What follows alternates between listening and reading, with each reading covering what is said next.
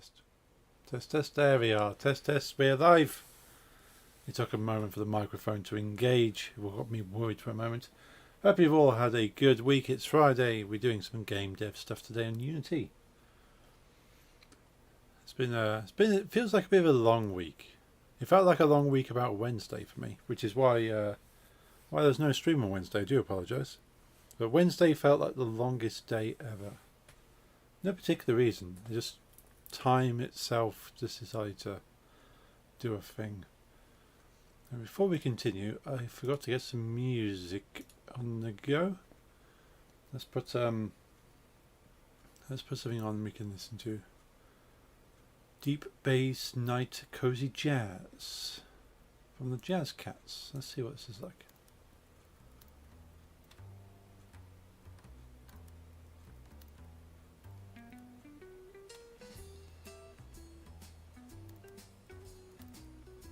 It's going to be typing the whole time. That's the name of the track, isn't it? Midnight Paw Prints on the Keyboard it's called. Can we skip that one?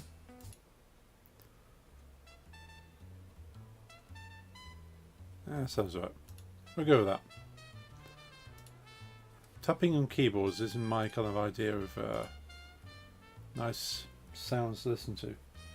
Maybe if I was trying to sleep, but certainly not working. Right, switch over to the game and the game dev, I suppose. We've got our UI, so we're quite happy with our UI. I don't think there's anything really we need to change right now. If and when we introduce our points system, I could probably do with putting some sort of indication of how many total points a player has scored. So the game will still revolve around the time versus hits, but I think based on the time and hits, his points will be awarded. I need to work that out. Like, the whole reason I didn't initially go for a point system is because you do have to find balance, and balancing a game is quite hard.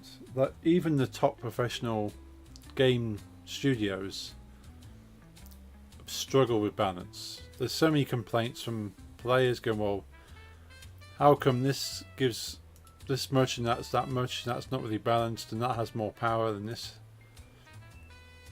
And it's a constant battle, especially in competitive kind of games.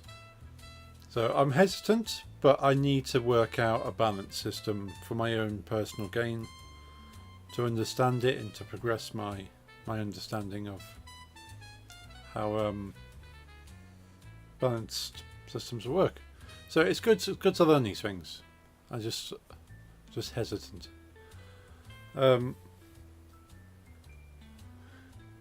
So things we need to do still. I really need to start writing the devlogs again, because when I was writing the devlogs, I was at least writing what I had done and what I want to do, and it meant I could just look at that and carry on. I do know we needed more sounds. That is not a huge priority. That's not a huge priority. It's something I need to do, but I've built the functionality in order to deal with having more than one sound per item. Thinking about what I was going to do. Was potentially rebuild the holding of the projectile information to be more central. Because that would mean I could swap and add projectiles pretty easily without having to mess around in too many areas. At the very least, I could add to the projectiles. Like, we go to this rock barrel here. So at the moment I'm holding the mesh for the projectile, the mesh for the broken projectile, which I haven't got around to doing yet, So we could implement a bit of code that swaps the standard mesh for the broken mesh, because we don't have code for that yet. But at the same time, we're not even using the standard mesh. So I could probably do with swapping that. I think that's what one of the things we discussed, is swapping these out here to pull in this mesh over here. So I could probably do something with that today. Knock knock, good evening. I'm a Jehovah's Witness. We're in the neighborhood sharing a brief message about God's kingdom. Do you have a moment to learn about what the Bible teaches? Hello Jeffrey, how's it going? Saw you in the lurking list. I've not encountered a Jehovah's Witness for a long time. They used to be quite there used to be quite a few around. I got to think of something new each time. It keeps me on my toe that I never know what you're going to come into my chat with. Watching Alien, nice. Hey Lisa, good to see you. Sell emotes, you sell the best emotes. So now we've reached this point. There's those awesome emotes. Alien, I love Alien. Like my favourite initially out of the series was Alien 2 or Aliens. But it's Alien and Aliens. Apart from obviously being two different films, like they are two different genres as well in some ways. I love the first Alien movie for its horror element, like the unknown, like these things. We don't know what this thing's going to do, why it's doing it. The typical elements of horror where it's this thing is looking to harm us and we have no clue as to how to stop it, why it's doing it, or how it's going to do it. Whereas Alien 2 is very much, we got an idea about these things. Let's get some big guns out and mow them down with lots of bullets. So it's fun. I like that as a more military. It's more of a war film. Alien 2 is more of a war film. It's the Marines versus the aliens at that point. I like the first Alien because there's a cat. Yeah, and the cat is a very important character. Jonesy the cat. Very important character. And it kind of shows that the cat is very wary. And the alien's very wary of the cat. Especially when it's in chestburster form. Like, the chestburster realises that cat could probably kill it. And that would be the end of the movie. Like I've seen a mock-up picture online of Jonesy holding the chestburster in its mouth like it's just caught a mouse. And they go, well, Alien movie, roll credits kind of thing. Jonesy the cat, call it. And that's the entire... Probably one or two films can be knocked out if the cat managed to catch the chestburster.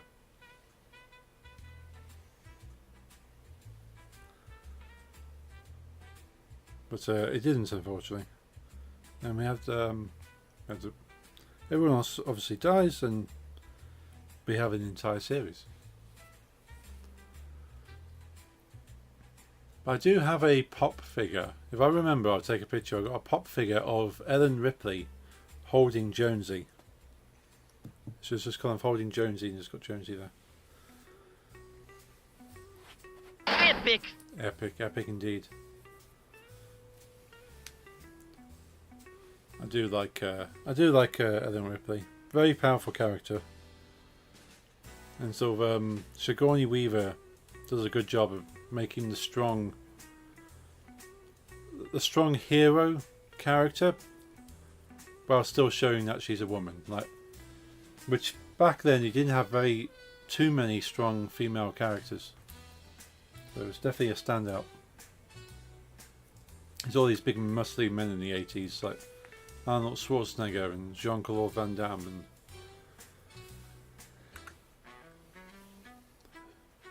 and Sylvester Stallone I was thinking of as well. Big muscly men were the heroes in the 80s, but Ellen Ripley stood out from all that. So it was it's good to see that. And she wanted to play the character as this epic hero and not just a woman who runs scared throughout the whole movie and just somehow survives. You go, no, that's not all women have to be the one that needs saving. Jehovah's Witnesses at the door 2 or 3 days ago, but I didn't open. My mother did. I wonder if there's a waste of time for them. This is one of the more religious parts of the country.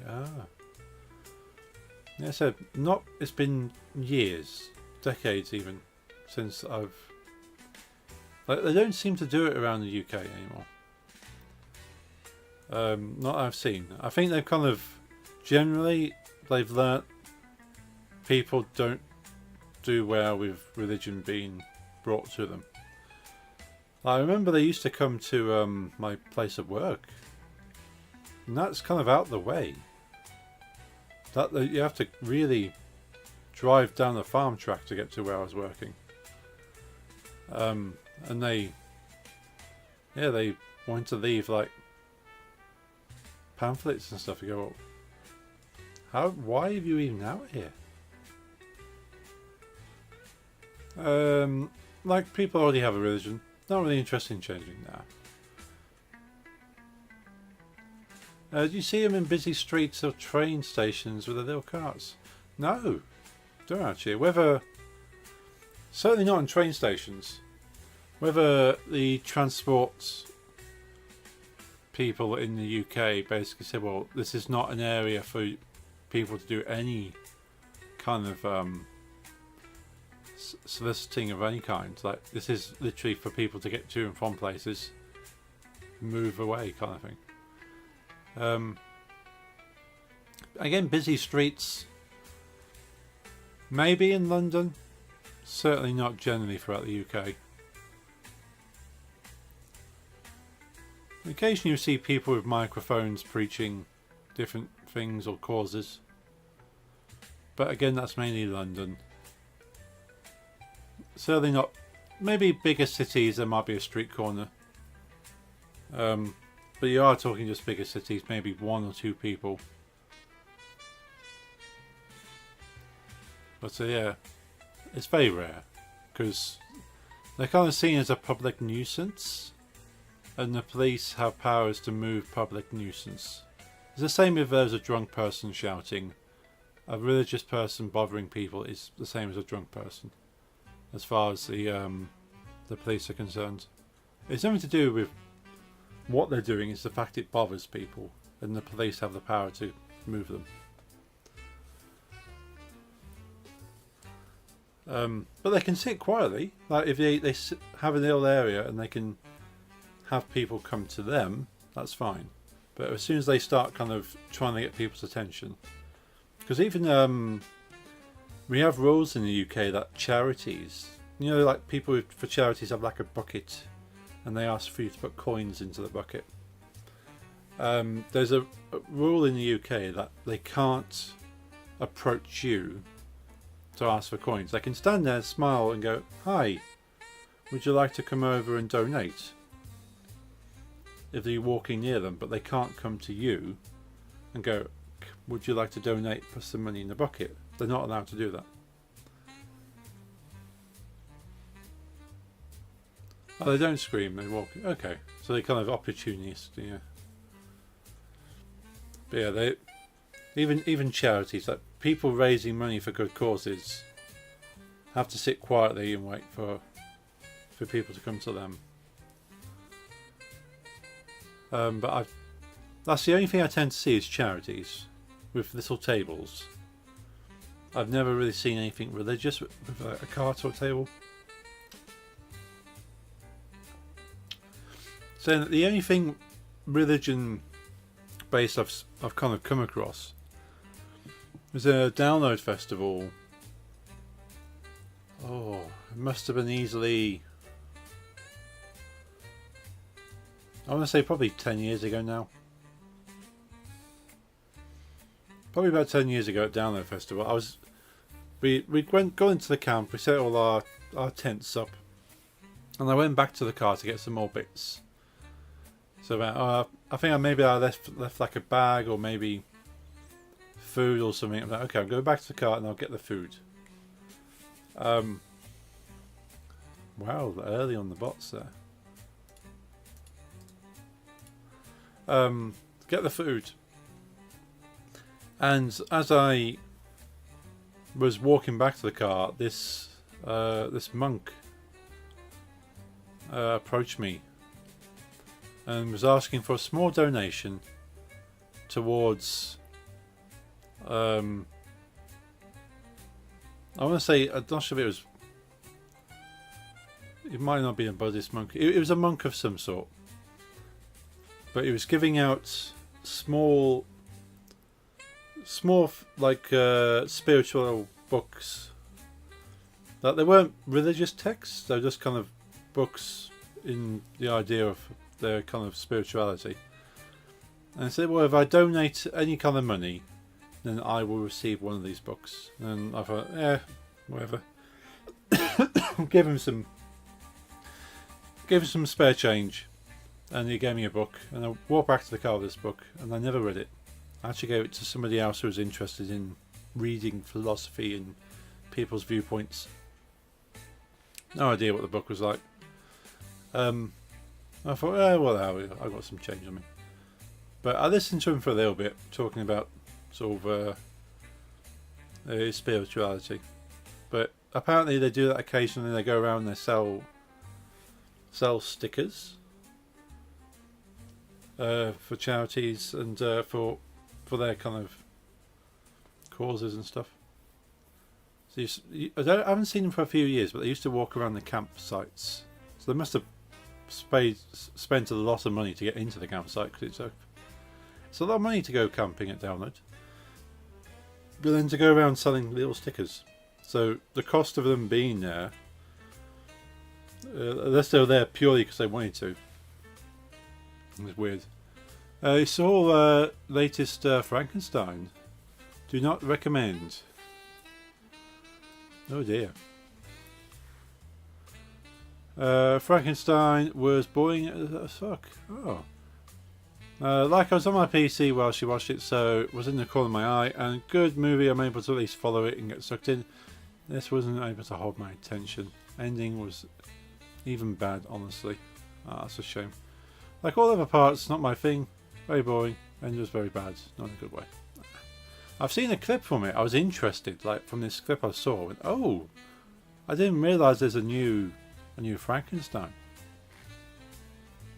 So I was gonna go check it out, but if it's long and boring, way longer than average film, that's a shame, because it's got is it Isaacs?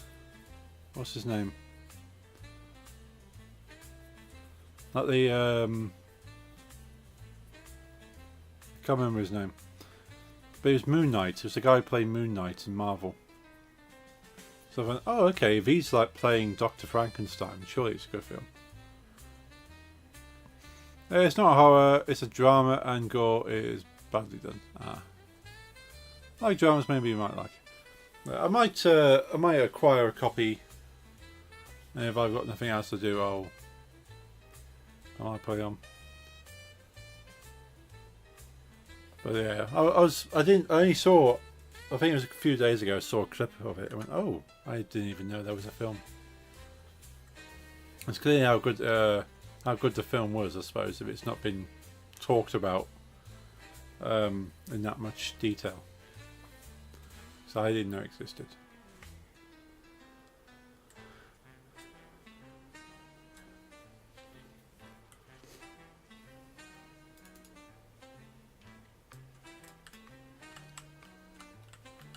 We have The Rock. Yeah, there's a few films I would like to watch. So I don't really get a lot of time to watch films. So if I'm going to watch something, it's going to have to be something really good. Because I'm easily distracted, and if the film's not good, I'll end up like checking social media or and go, I could be doing something more productive. So that's not really the best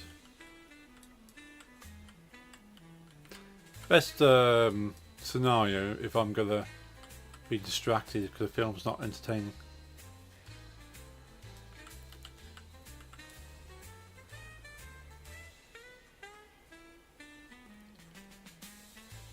Alright, let's have a look at the code for the rock attributes. See if we can replace this with a selected rock here. I also watched both Alien vs Predator. Those are great. Nice. Yeah, cause the first Alien vs Predator I've seen a few times. Second one, I don't think I've seen much of. I might have seen a bit of it. Now watching original Alien. Nice. So you've got on a good Alien run at the moment then. But, I like the idea of the Pred-Alien. That's something that always had to happen. I like cat.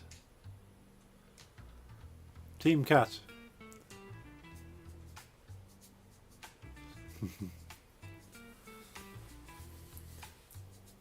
There's one film, like I say, I've not seen Alien vs Predator 2 in its entirety.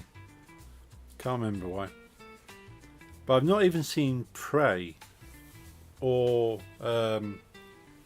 Predator, not The Predator. I like the original, but Predator is in the new one. I've not seen that, and I've not seen Prey.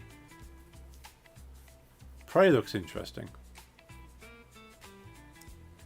So I'm a little bit behind on the Predator stuff, but I've seen everything Alien you can think of. But I know there's it's either in Prey or Predator that there's a little bit of a crossover to the Alien stuff without being too much. Like a crossover to the Alien universe, as in content from Alien, not the actual aliens. So I'm interested in watching it for that if nothing else. But I enjoy the Predator movie. I enjoyed watching the earlier Predator stuff. But it never really got me as much as Alien. Because, yeah, there's something about Alien that, as a monster, the xenomorph are relentless. And I know the Predator's quite relentless as well, but it's more calculated. Like, Predator's not necessarily a monster, as it is just something looking to hunt. Which is scary in its own right. But Alien has the body horror aspect of, like, it's not just there to hunt and kill you. It's there to try and make you into an incubator for the next generation, which is more scary than just being killed. Only saw part of the Predator film when I was very young. Saw the skinned people that scared me. It was like 6, 7. Wow. Yeah, that would be quite scary for a 7-year-old.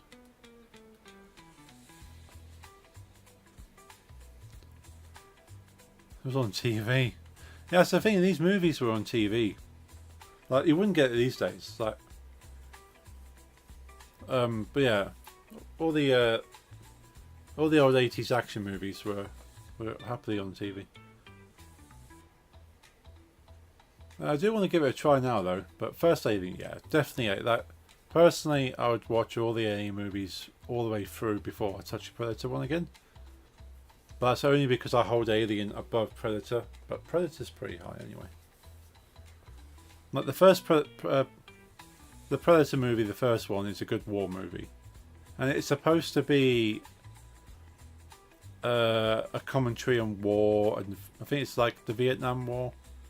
I think it's supposed to be based around that kind of thing. So that it's got like kind of parallels to the Vietnam War, which makes sense. It's good Jehovah's Witness is not interested in you anymore. All jokes aside, it's one of the most dangerous cults there is. Yeah. Oh yeah, yeah. Like when I was younger, I just thought they were just annoying people. Like Like, I wasn't really religious when I was younger anyway. I just thought, okay, this is what people do. They go to church, they pray to God. This is what everyone has to do. Everyone must hate it. I hate it.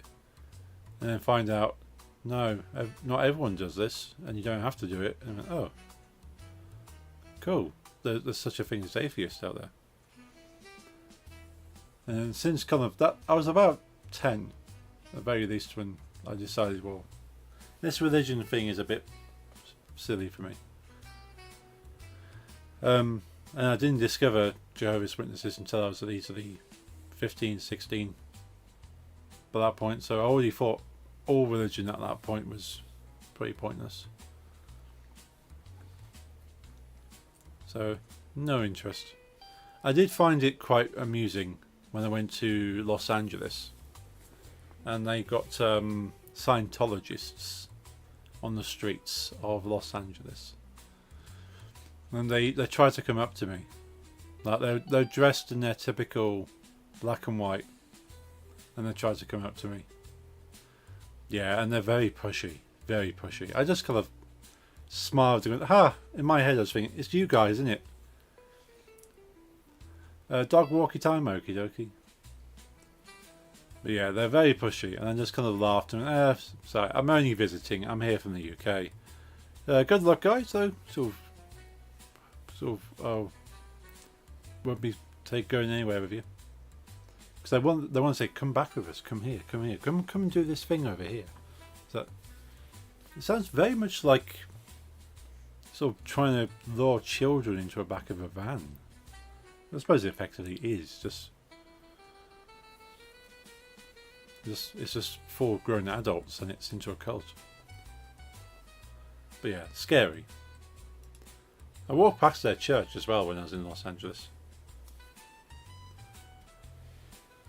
Strangely enough, I wasn't approached outside the church, but closer to like touristy areas. I've had contact with him as well. By accident, I thought I was like good cause or something.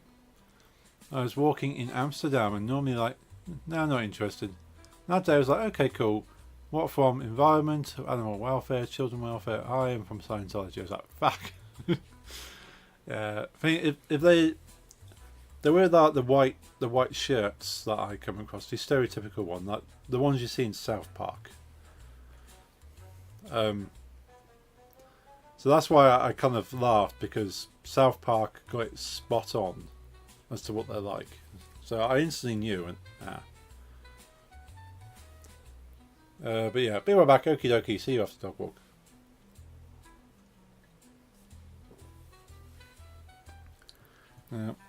I fully respect people's right to have their own religion. You do you. I'm happy for you to have a religion if that makes you happy. Just don't push it on people. I love the quote. I think it was from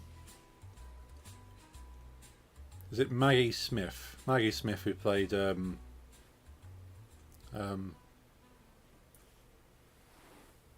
forgotten the name. One of the teachers in Harry Potter. But I think supposedly her quote was, "Religion is like a penis. It's all very well having one. You can be proud of it, but just don't get it out and wave it at me." And I think that's quite true.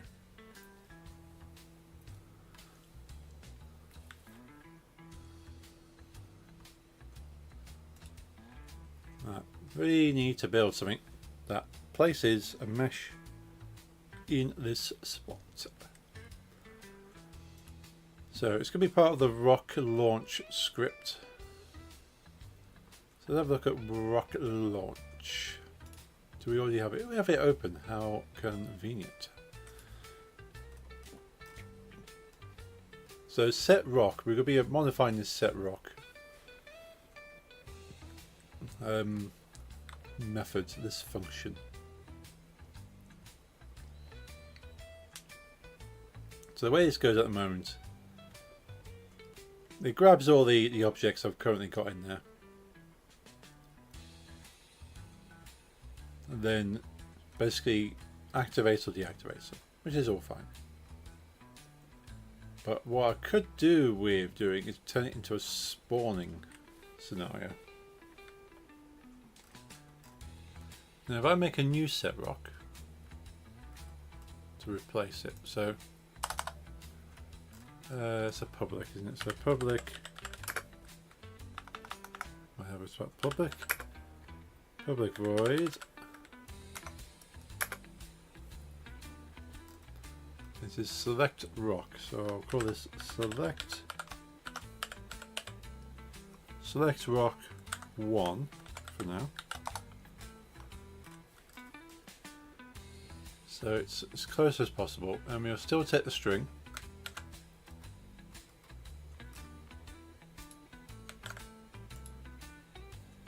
So we can use it like select rock.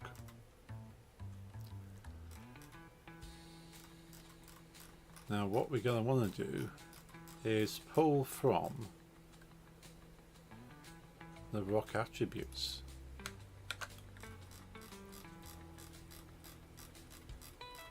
Now I'm very happy about this code I've got here because this is quite useful.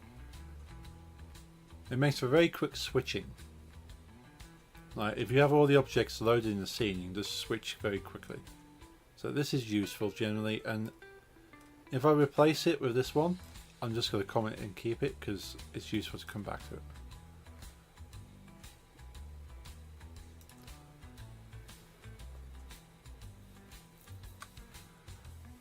Now if I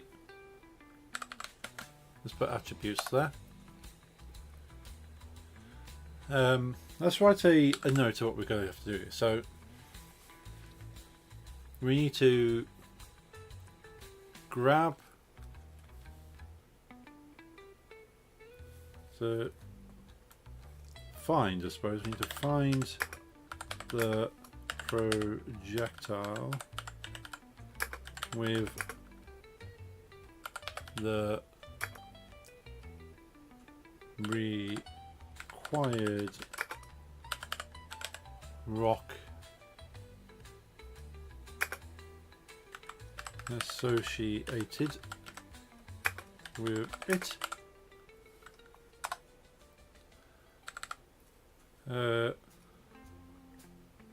Get the mesh from projectile.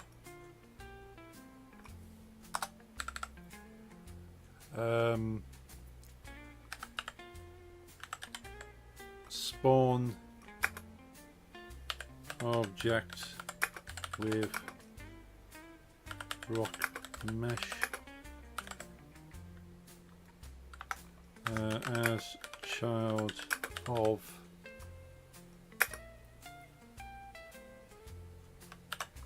rock.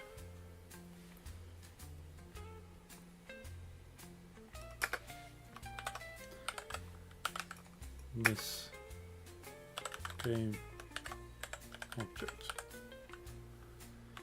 Okay, so we have 3 things we need to do within this. So we have a look at, let's save that. So rock attributes. We can go by, we have 8 at the moment, we could have more.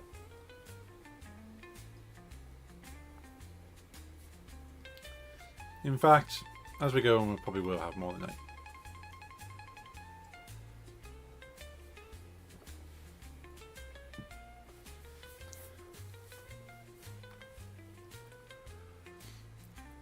So we've got a hold of this rock attributes. Now I can probably do with a function that returns which projectile we need to look at.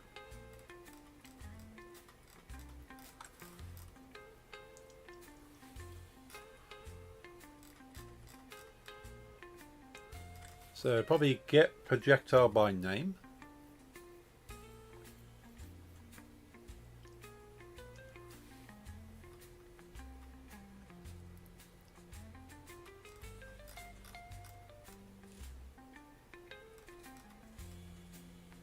So set current rock. Suppose if we're setting the current rock, we can pull the current mesh, I suppose. We'll get current rock, get current sound effects, probably just get current mesh. That'd be a good function.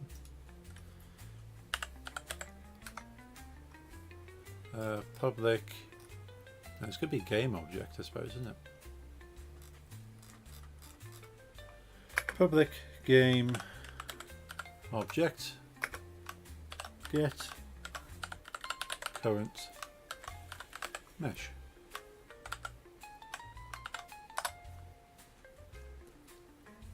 And then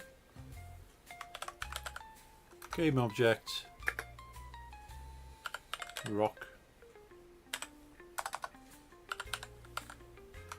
return rock. Cool.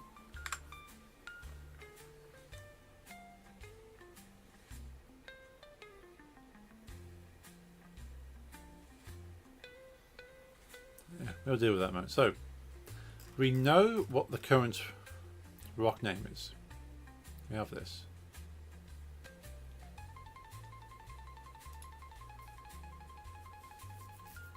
I suppose we could probably load it.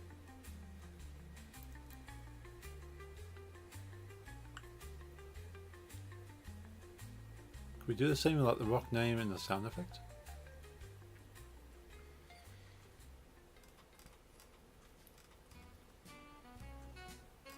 We're setting it here, so we could put it in here. Serialized field.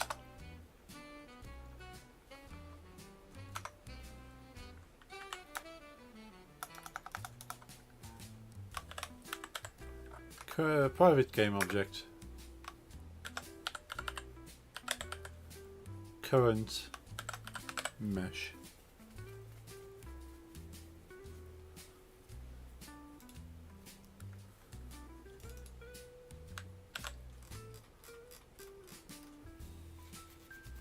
So we probably don't need to have, so we can just return the current mesh like we do current sound effect there, so we don't need that.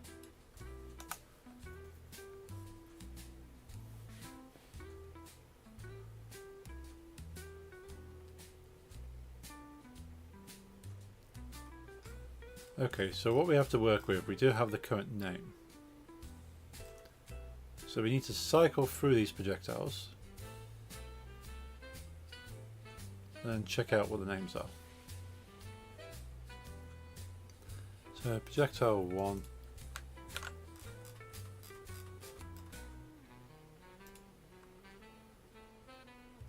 I wonder if there's a smart dynamic way of doing this. We'll do it the long way first. Let's do a 4. We do it if it's a 4.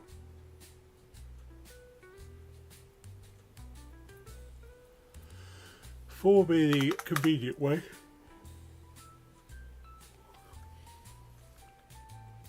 We do it for if statements. If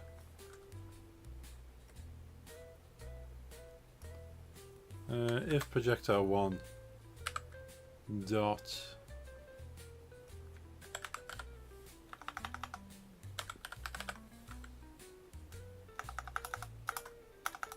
do we even have the name in there? It's probably something we're missing. Projectile.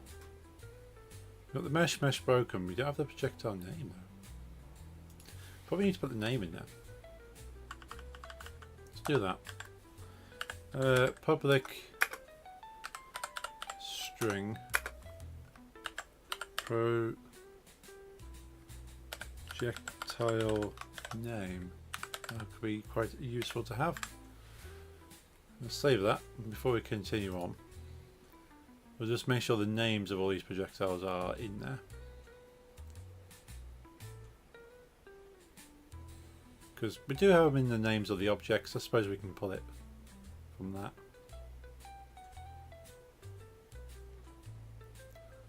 Rock attributes. Yeah, because they kind of named there. So do we even need that? Because it's the object name. So we can pull that. We'll keep it in there for the moment. Because it doesn't matter, if we don't use it, it's there. So projectile one dot game object dot name.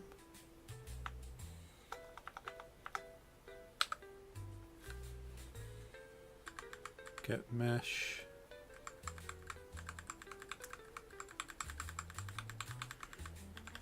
description.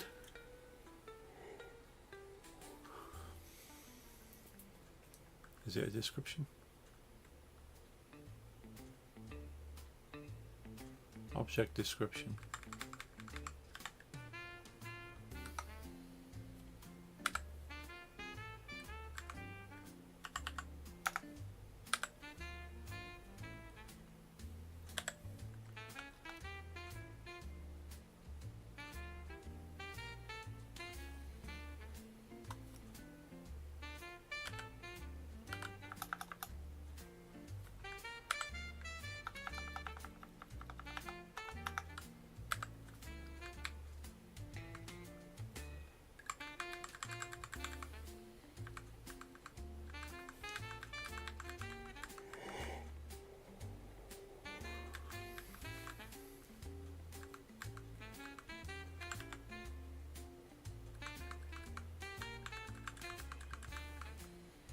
There is a name there.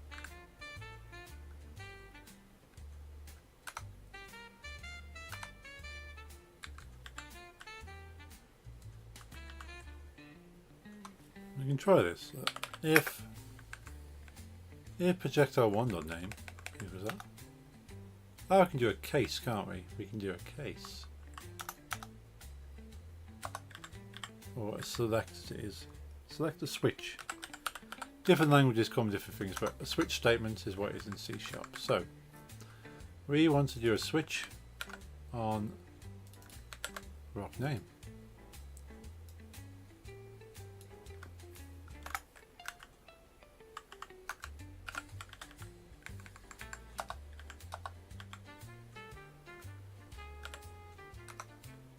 Case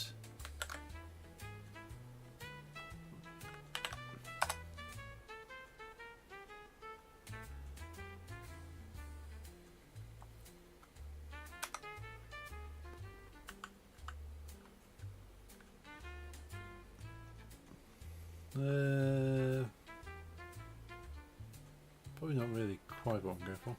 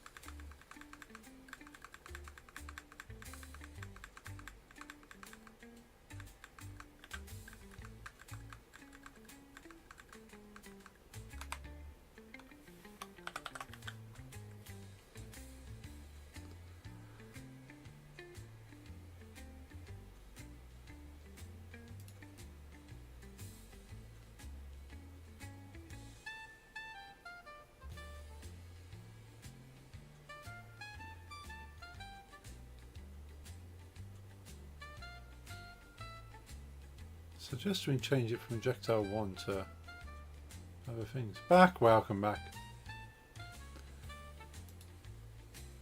Projectile 1 exists though, it's up here.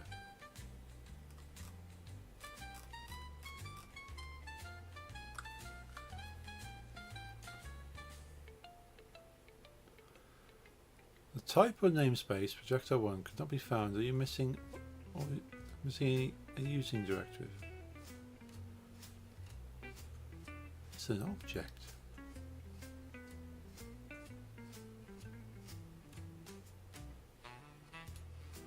Okay, let's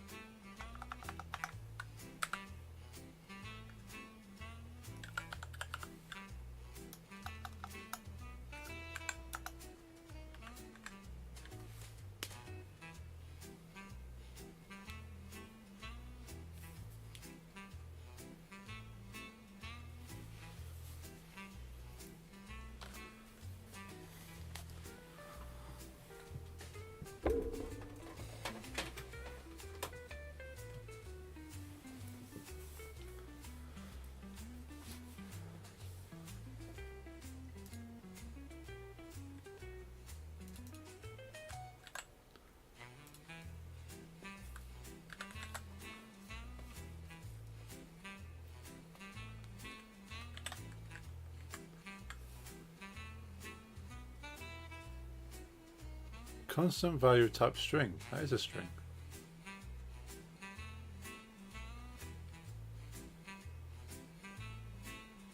And projectile 1 is a projectile.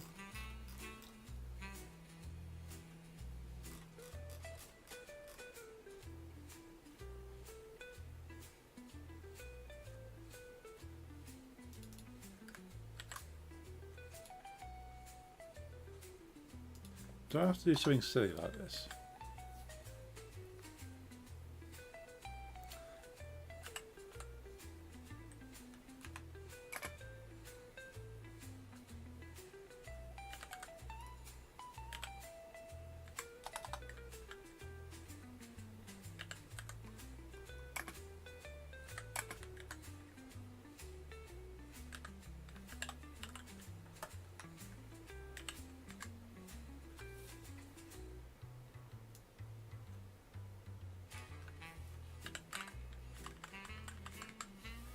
Because P1 is a string.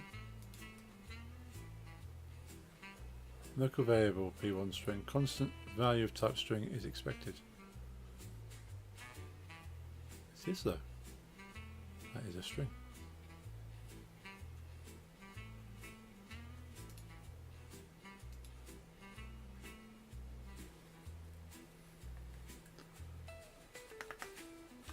I can do that and it should be happy. So that is a 0 length string.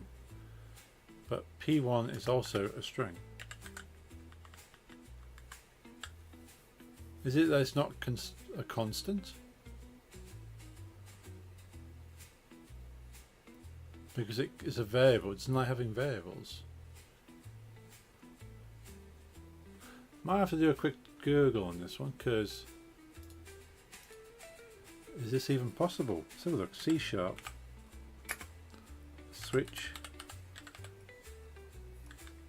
switch statement.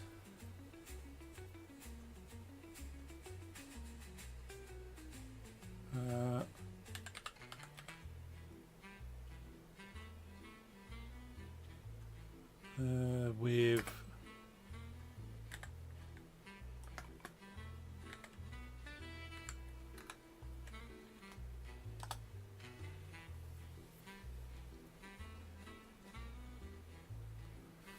multiple variable switch statements. I would like to use a switch statement which takes several variables and looks at this. No, that's not what I'm after.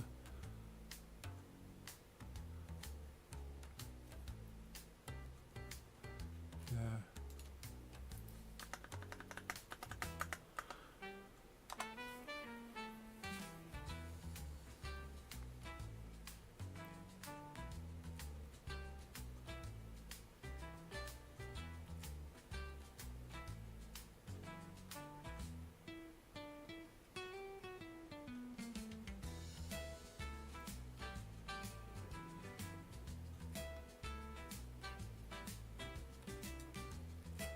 Okay, is this what I'm after?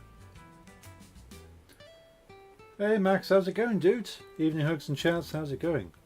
It's good to see you. Hope you're doing well. It's been a while. Hope you're good, dude. Keep meaning to try and get down to an acoustic at some point. This week's come and go.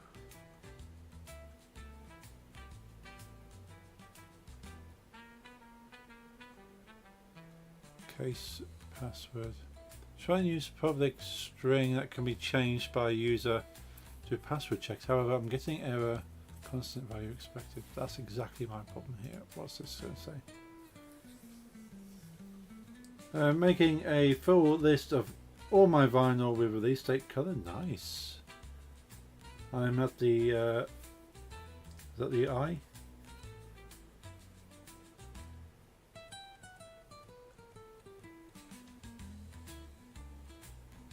Oh, someone's suggesting if statement.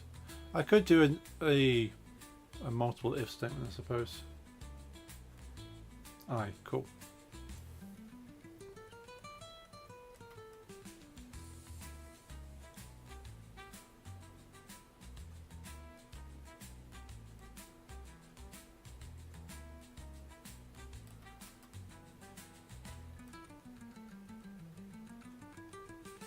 Okay, someone suggested I just use if statements rather than case, because case compiles into a standard set of strings. I want to ask, what are you up to Saturday? Oh yes, I saw your invite. Sorry dude, yes. I should be free. I've just not worked around my planning yet. Because, yeah. Blimey, yeah. Yeah, it's in my calendar already.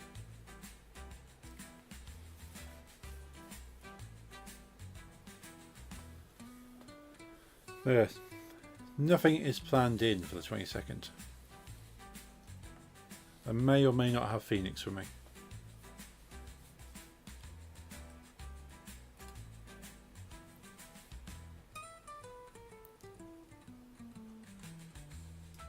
Yeah, let's do this. Actually, let's not do all that.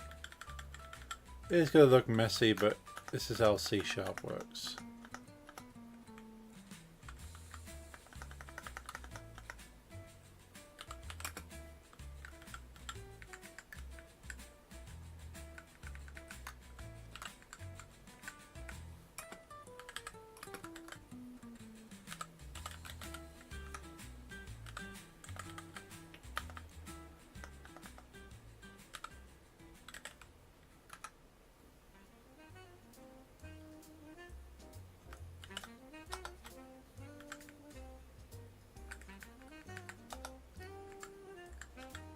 Why does it do that?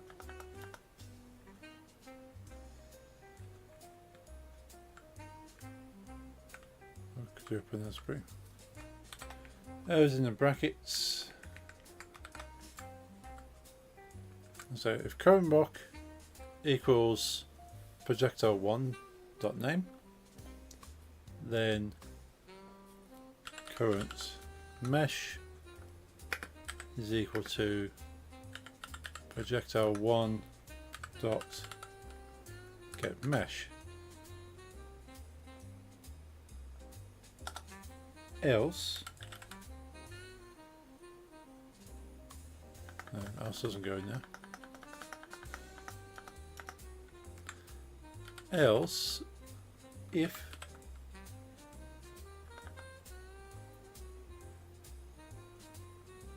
can we do else if in C#?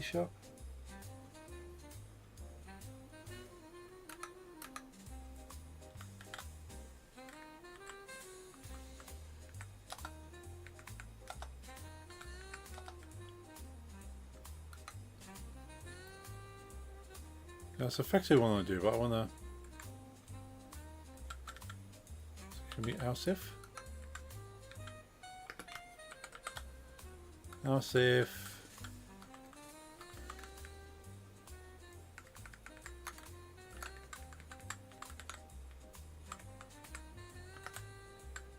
Nice. Okay, we can do else if. So this is a little bit tedious, but if this is how the compiler wants it, then this is what we have to do. Let's do a series of checks. So a case statement or a switch statement, as it is in C#, basically takes one side of the check, which is current rock name, and then checks it against multiple things down the list and gives you the outcome. This is effectively the same,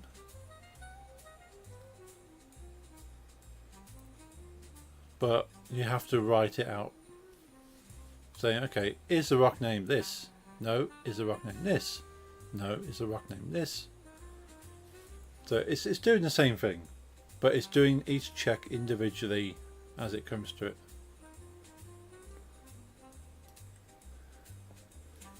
Which is okay.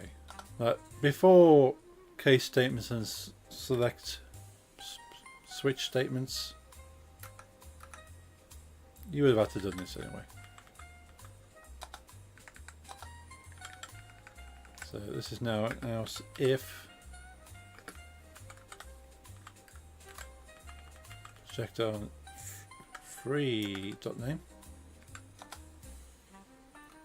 Good old predictive coding there.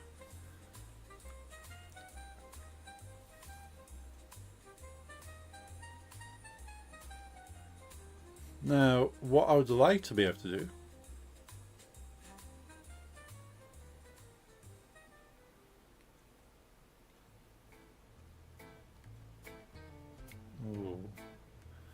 now, it all depends how complicated I want to make this, because as it is, I have set out 8 variables at the top here.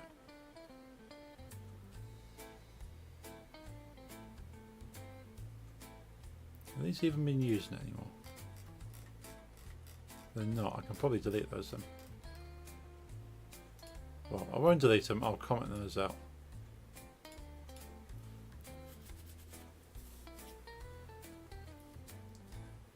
But yeah, Max, I'm glad you stopped by, because I completely forgot to get back to you. I completely forgot to get back to Andy, because Andy messaged me from your phone. It's been a busy couple of weeks. But yeah, I need to get back to Andy as well.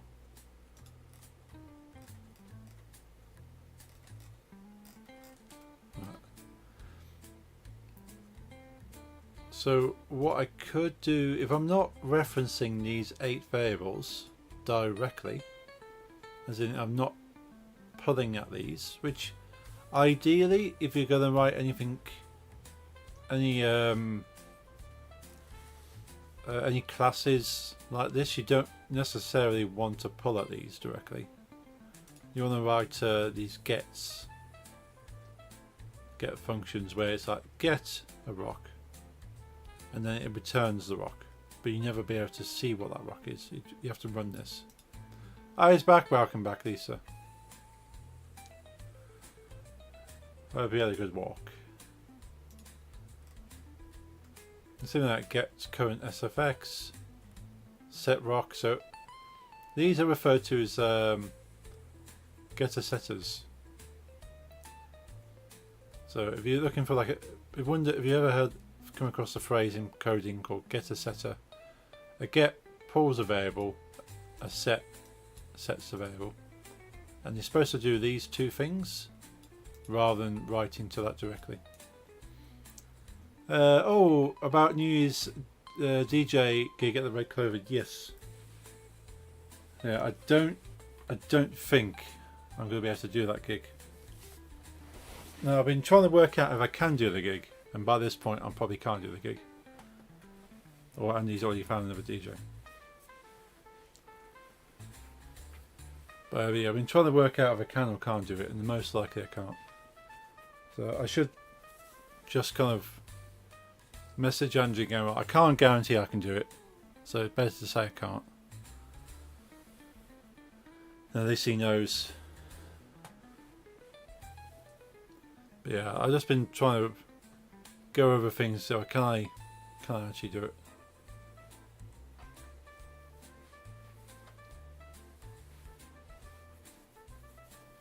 Part of me would like to be able to do it, I just don't know if I can.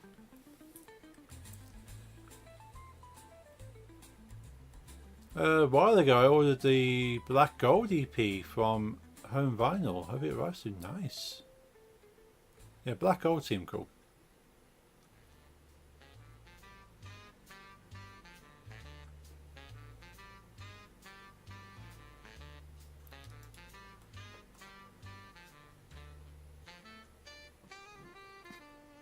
No, but make all of these private with serialized fields on them.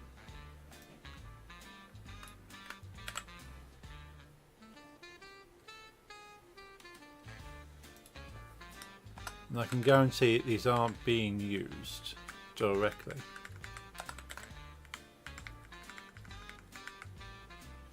So I forgot about that message. Okay, I'll let Veronica from Red Clover know. I'll be down there tomorrow and Sunday. Okay, cheers, dude. Yeah, like I could go into it, but Yeah, I just don't think I'll be able to do it. But I'm very appreciated that Andy always thinks about me.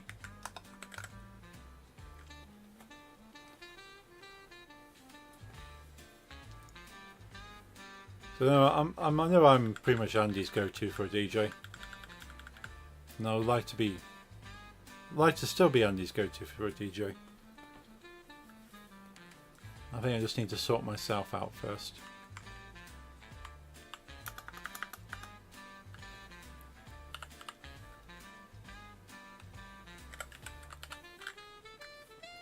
Private. Let's turn all these to private.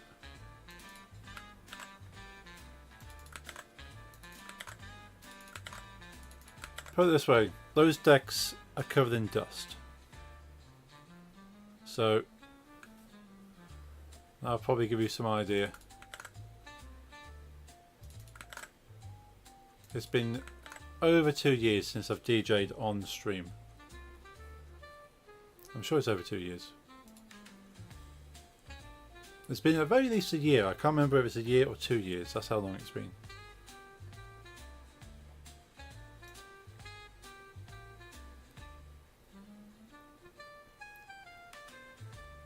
But yeah, I need to dust those decks off. I need to practice. I need to get my skill back up.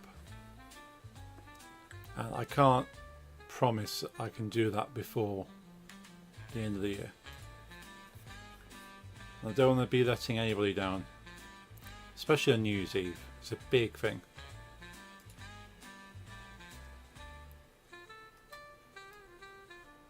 Now, they are all private now. So in theory,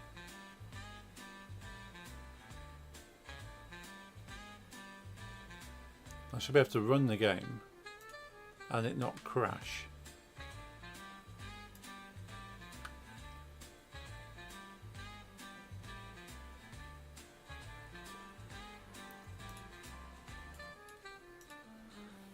Where we were stood at the back of the bar 2 weeks ago, and Veronica and Andy were sorting out dates of music, and the New Year gig came up and we thought you. Oh, I'm glad. I'm very happy that my name gets pulled up. My name gets pulled up so many times. Like any time there's a need for a DJ, somebody will tag my name on Facebook. I'm very happy about that. And people message me a lot going, well, hey, can you do this? Can you do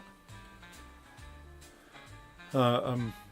Part of me is very happy that I'm kind of the local go-to for alternative DJ stuff.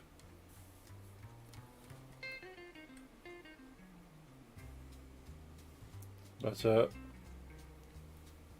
yeah, I'm so out of practice. And I don't want to be. I know with practice I can bounce back and just be as good as I have been.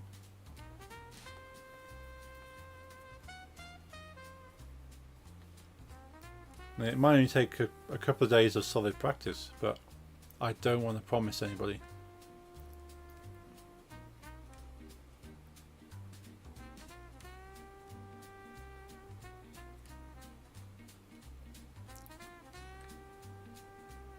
But I do appreciate people still thinking about me.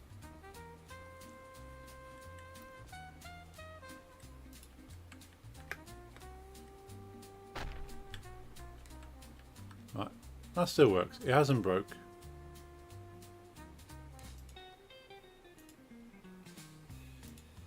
Always a good way to test it. If anything's going to break or not, is just try it. If it breaks, it breaks. Right, I'm going to head off now, folks. I'll hopefully see you 22nd. Yes, I'll be there, dude. It's your birthday. I won't miss it.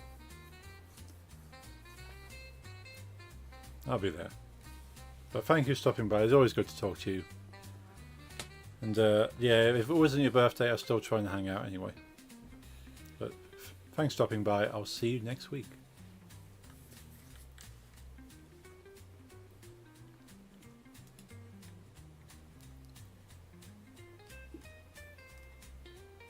Right. Okay, I'll finish writing. Well, I don't need to finish writing this if I'm going to change this. So what I'm thinking, these projectile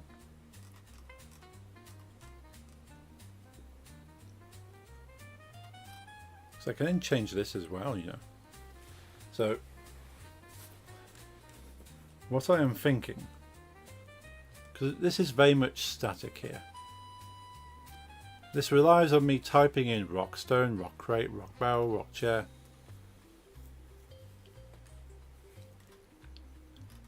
But if I change these 8 variables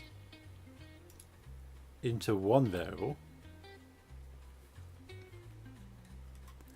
but an array, meaning I can stack them all together. I feel like I've been neglecting my mod duties on social. That's okay, dude. Never feel like you're sort of neglecting this channel. So all we get is people like bots trying to sell us stuff. Never get anything bad. So we haven't had anything we haven't been able to deal with. But seeing your face on the your name popping up makes me happy. And I know you're busy, dude. So whenever you drop by, it's a privilege and a pleasure.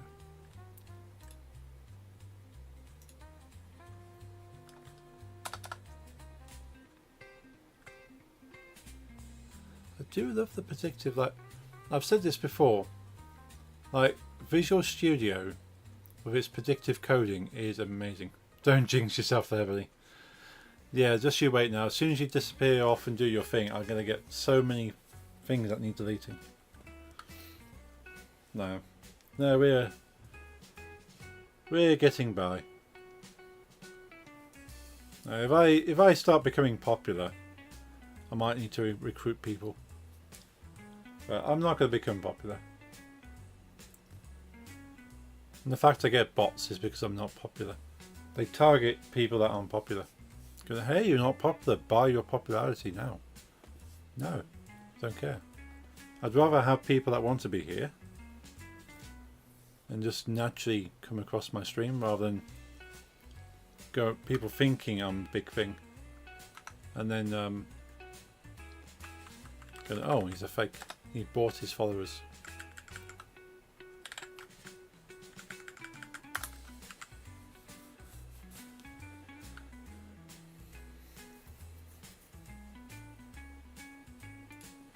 Right, we have a projectile variable here. So this can hold many projectiles. So what we'll do,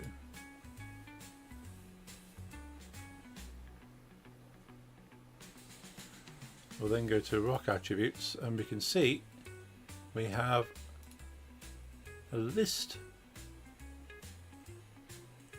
So what we can do, we can pull in these projectiles now. So rock stone. There's rock stone. So we can now we need to add one. Put rock stone into there. Add another one. Put rock crate into that one. Add another one. After rock crate is rock barrel. Rock barrel. There's another one. Rock chair. Another one. It's rock barbell.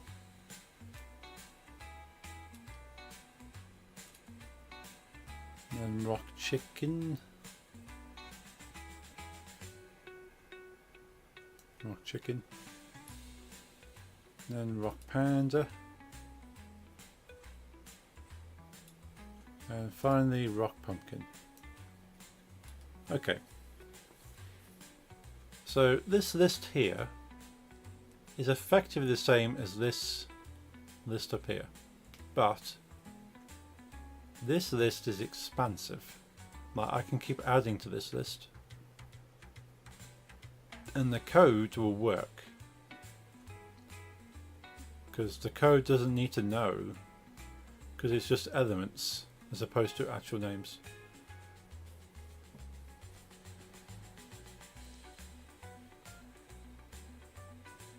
So if I save that,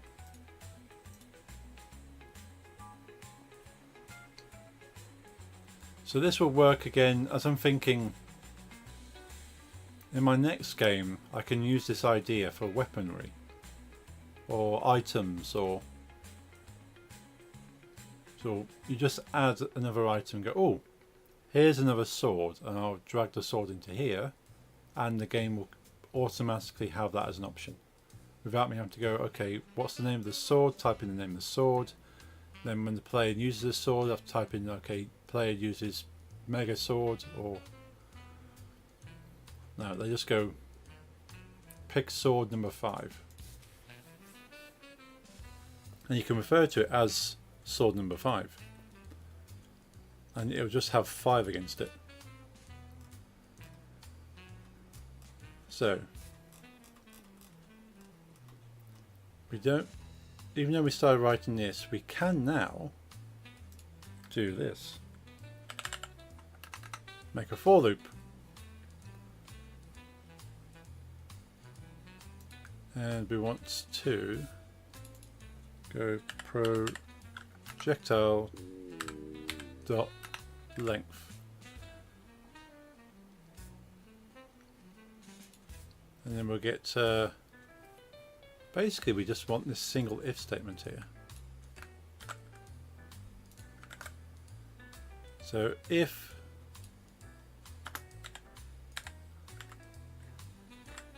projectile I, which is being changed from 0 up to the maximum number, dot name is current rock, then projectile get mesh. So we can basically get rid of all of that code there, change it to just that little bit of code.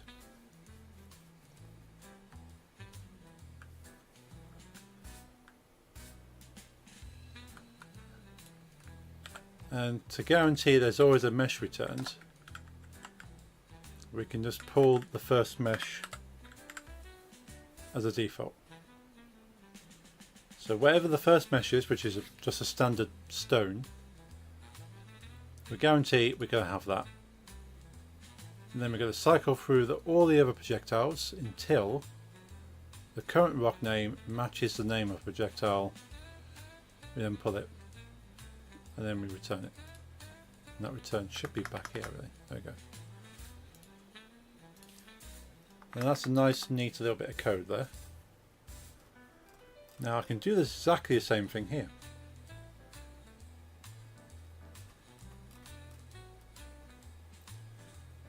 So if I grab that and put it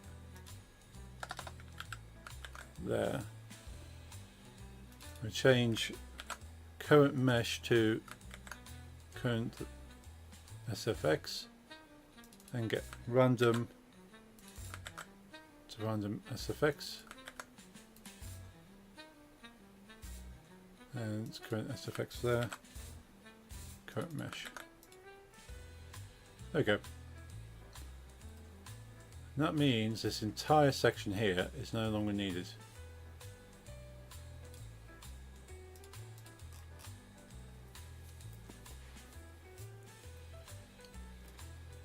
So once you kind of start getting an idea of the structure, then you can condense it down to just a little bit of code like that. Do you remember my bass player joke? Yeah, the one of the drums, and when the drums stop, you run.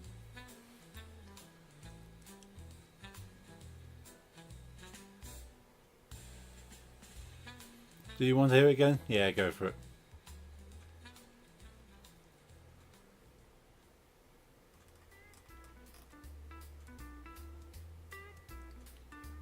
You're the first that says yes.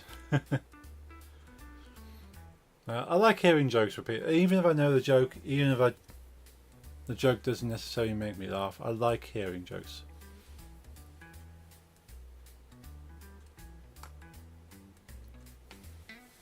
Even if it doesn't make me laugh and make me happy directly, I like people telling me jokes because them telling me a joke makes them happy. So there's at least somebody that benefits at the end of the day, regardless.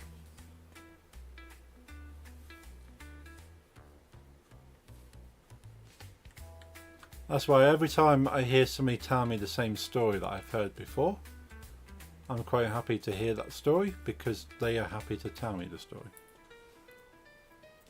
Rather than go, I've heard this story before, I'm not interested, and that makes that person sad. You know, because they want to tell the story.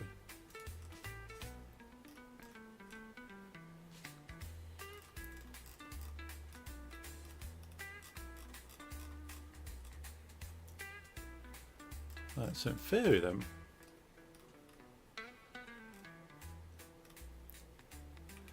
so when I change the rock, I'm calling this, let's double check, attribute set rock, current rock name, from rock launch.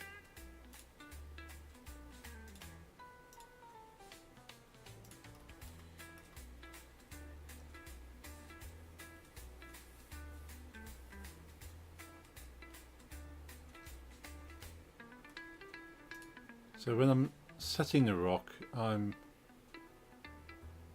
setting it from current rock.name. Current rock is going from T object.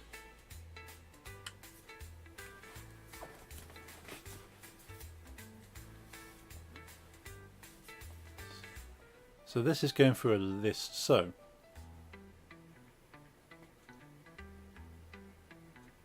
selected rock is there.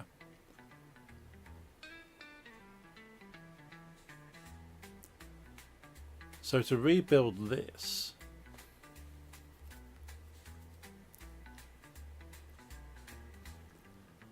I'd have to cycle through the names, find it, update it,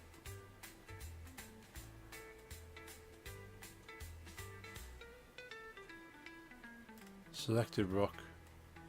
Yeah, it's gonna have to go back a few times to.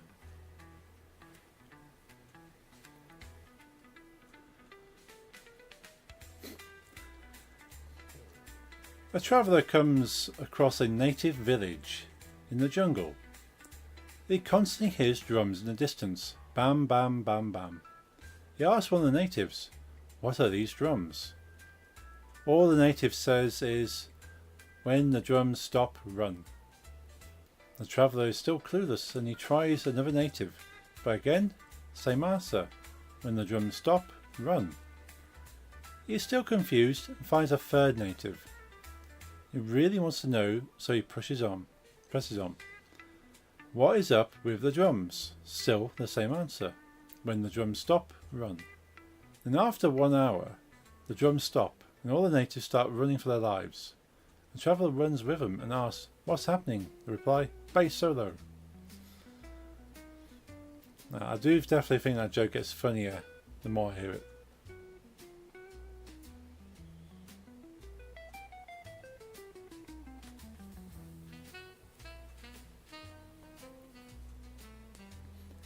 As well, it's funny on two elements. Firstly, and obviously, the bass. I do like a bit of bass. So bass solos aren't too bad for me.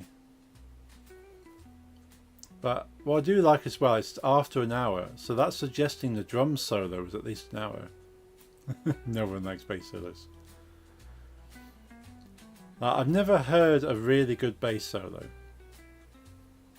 Although probably Flea from Red Hot Chili Peppers has done a really good one. But yeah, that joke suggests that the drum solo is at least an hour long. Which to me is quite funny in itself, because drum solos are quite long. That's because there aren't any good bass solos. Coming from someone who plays bass, yeah. It's quite hard to get a decent bass solo when you haven't got many options. Unless you go for like a slap jazz bass, I suppose.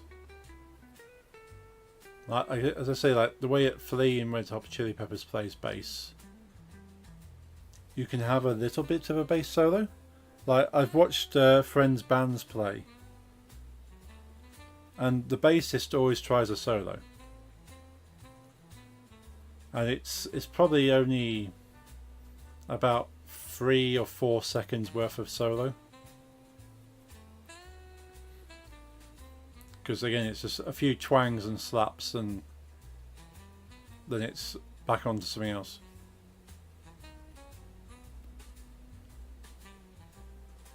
Whereas a guitar solo, there's so much scope on a guitar that you can actually make different sounds from.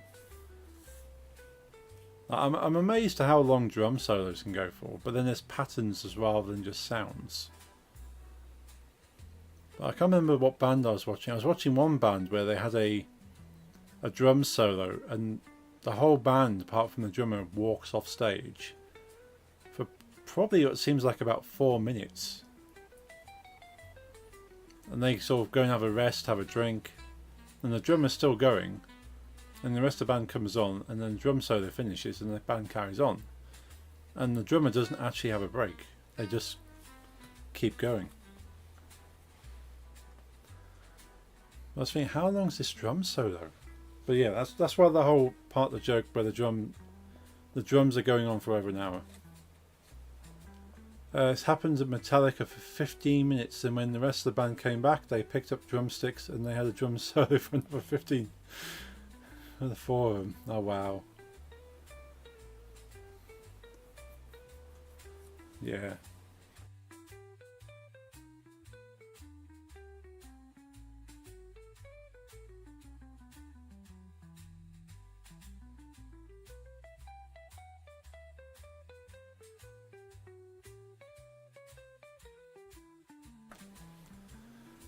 One of the most famous drum solos is in the song Gata Davada. It takes 25 full minutes. Now, I'm a fan of drums. I like percussion. One of the reasons I like Slipknot so much is the amount of percussion there's in it. I don't know about a 25-minute drum solo though. That's several songs put together. At least this one live version I ever saw. Like live, it's different. But you obviously don't get solos typically. You might get guitar solos written into a song. You very rarely get any other instrument solo in a song. Recorded song is 2.5 minutes, and live it's like nearly half an hour.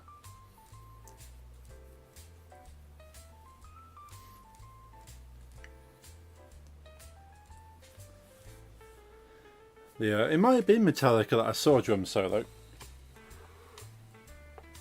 Let's whack this little fan on. It always gets warm when I'm streaming. Maybe because I'm not moving around too much. Drums are a very important instrument to me. In my own bands, it's always the drummer I follow. Of course, yeah, the drummer sets the pace, sort of the tempo and all this.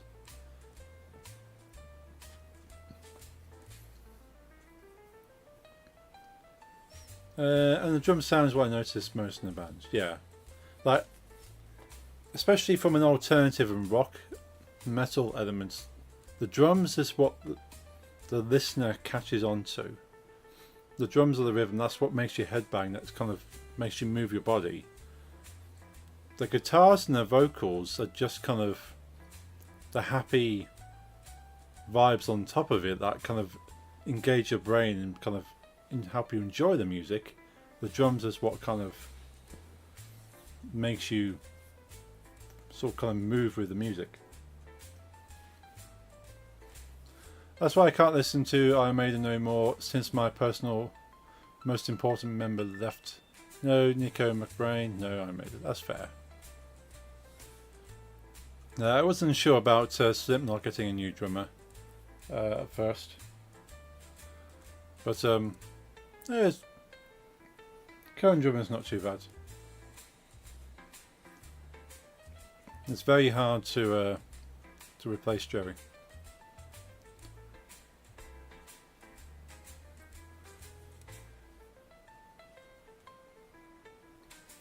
The amount of percussion that guy had on his drum kit.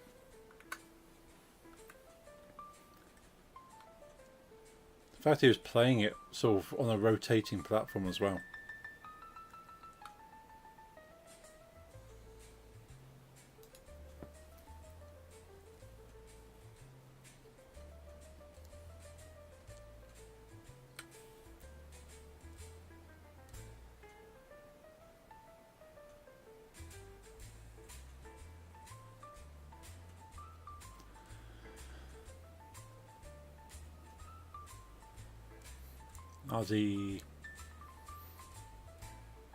That's an awesome remote, that is.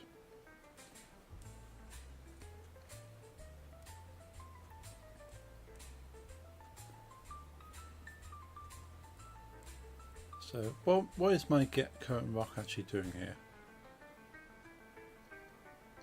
So it's grabbing all of the rocks, then goes through them all, pulls out the name, finds out whether they are active. If they are active, they must be the rock that's being used. Now I could simplify this if there's only ever one rock object.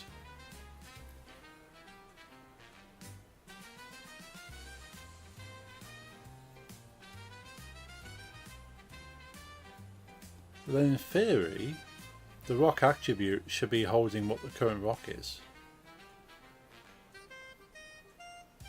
I shouldn't have to have a look at what it This is a good failsafe in the code, because it guarantees me to find out what rock is actually being used, as opposed to what the code thinks is the currently active rock.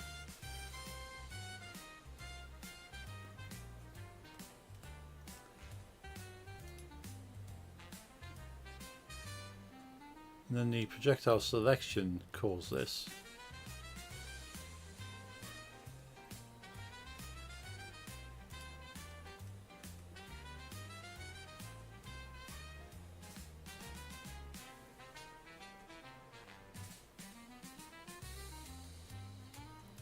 Select rock.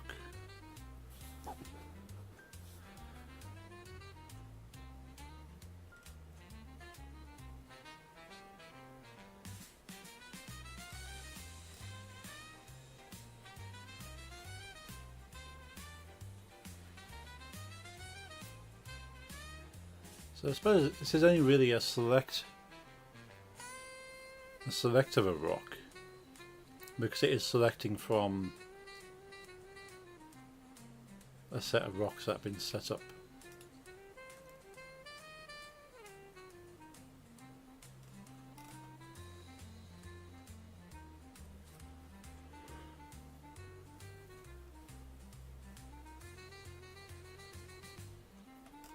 So it's possibly the get current rock is where the first rock gets set in the set rock attribute. So let's double check that.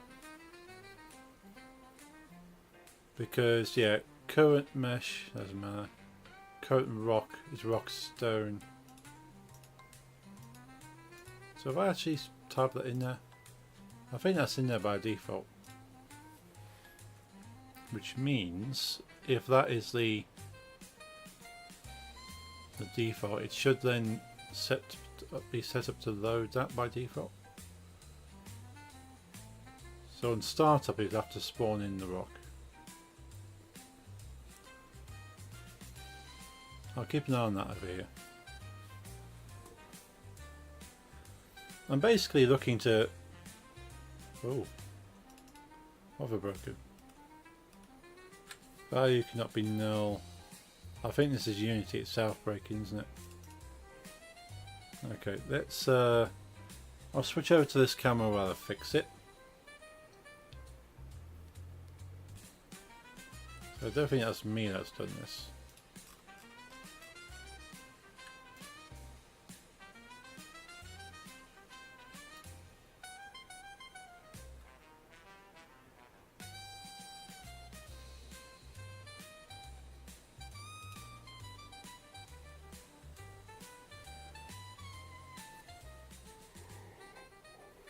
Oh dearie, dearie.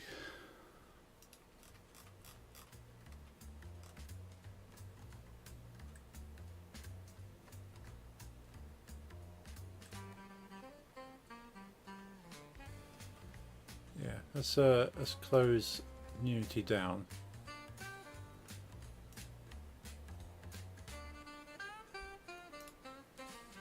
Reopen it. What are we looking at for time? We've been live about an hour and a half. We'll do another half an hour on this. I would like to put more time into coding, because I want to finish this Revolt Overthrow game. Put it out there, have you guys play it, enjoy it. And for me to start working on Moongate Mage. Because, yeah, that game's not going anywhere while I'm working on this. But I don't want to progress too fast in this game if I've not got the basics down. And I've never made a game with this many elements in. Like, I've never really made a game at this point.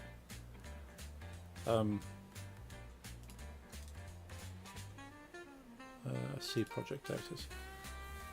So yeah, so I could make a very basic game. Like, I've seen so many basic games out there where it's just a Mario clone, where you just have a side-scrolling 2D game. You jump, you avoid obstacles, you get to the end. I could make that,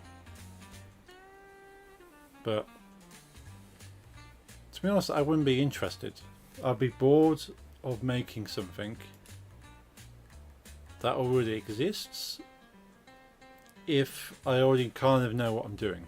Like, I had no idea what I'm doing. Like, I go, well, I've not the first idea of how to make a game. I'll try and make something like Mario to learn how to make a game. At this point, I kind of learned how to make a game. Right now, I'm learning how to make a good game. Let's switch back over to the main screen. Okay, that's the code. See if the game will run. See if I've actually broken it. Whether it's it was just Unity. It was just Unity. I still need to sort out the audio. But considering, like, this in itself is a game. Like, it could be one level. It could be just like, attack the building, building falls down, you've won the game. Yay. I've already done that. So in effect I've made a game. I've just not decided it's finished. Make a sex mod. So what element would you sexy it up on this?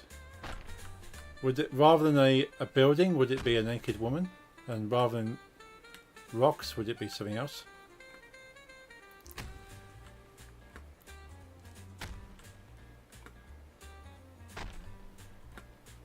And rather than a catapult trebuchet, would it be something longer?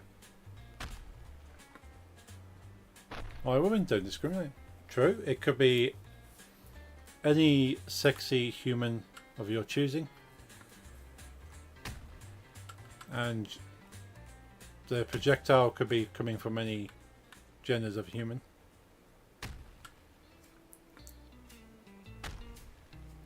And it could just be projecting something towards this human of interest.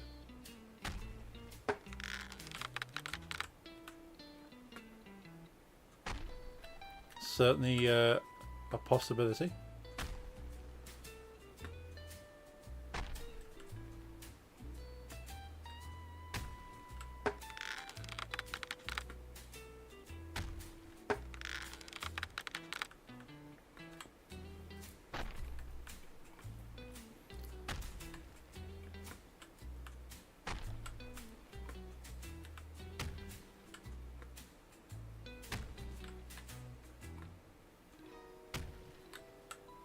Yeah, I'm quite excited about making a pirate ship level.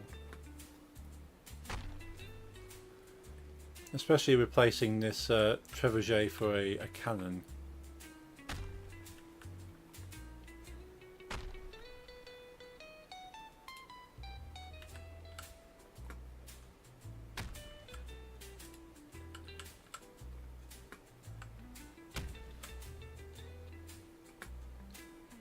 And having the pirate ship sink into the sea.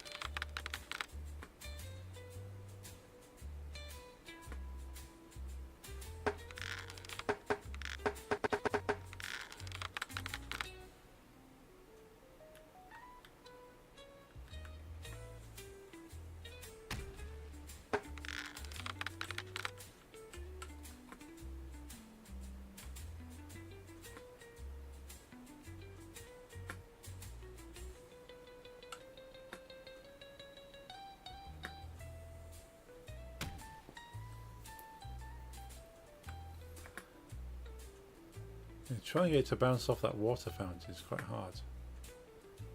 There we go. Barely have to touch it. But anyway, we know that's working.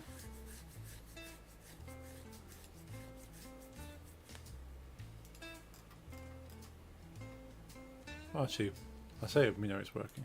We don't know if we can change the projectiles. Let's try changing projectile.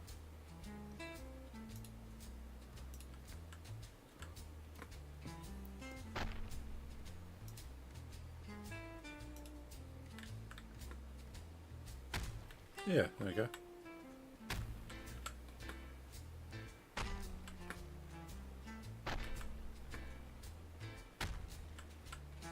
Although that sound isn't right.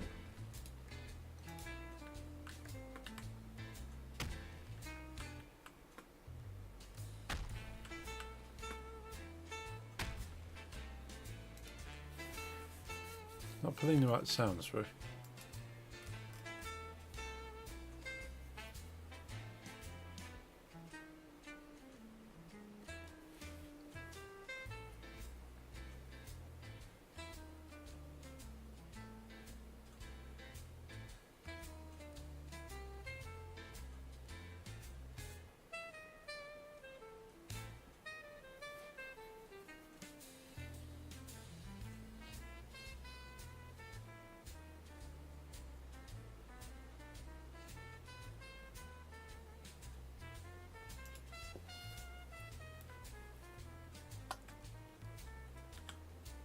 Let's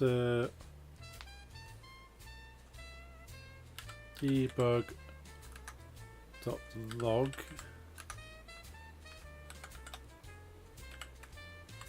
the projectile name.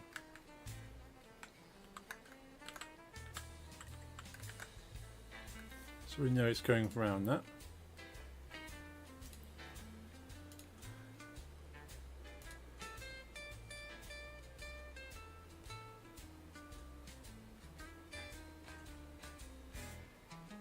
It might be the case I've not got the that code right.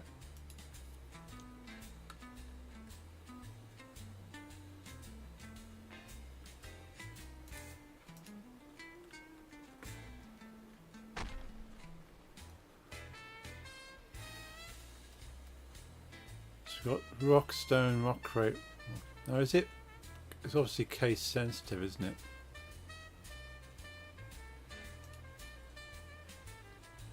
Because when it's checking for it, it's lowercase.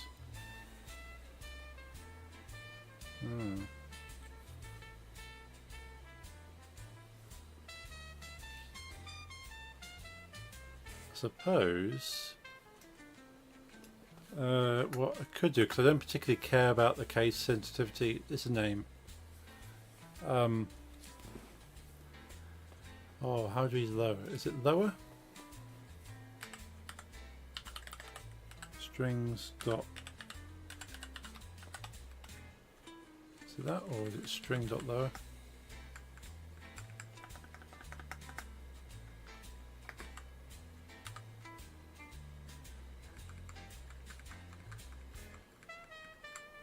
I might have to Google this one. Or is it just after the string itself?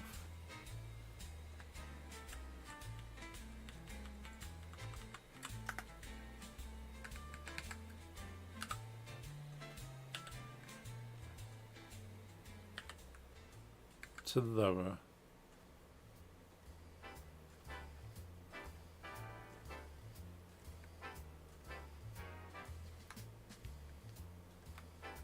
Is that?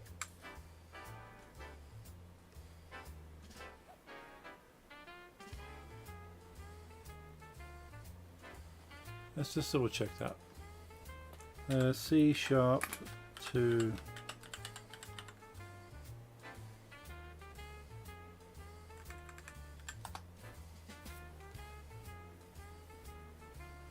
string.toLower method returns a copy of the string converted to lowercase. Awesome. That's exactly what I wanted.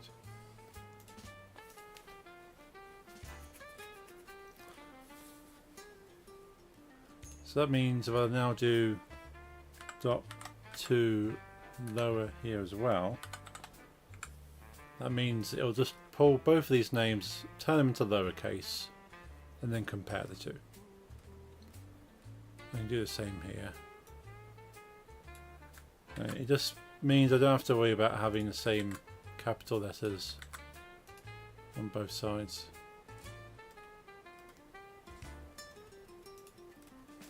Cool.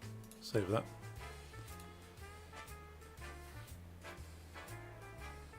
I know C# in itself is case sensitive, but I don't need my game to be case sensitive. Like, a name is a name.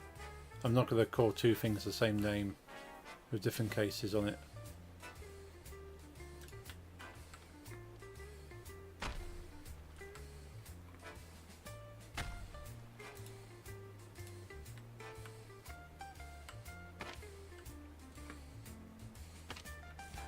There we go.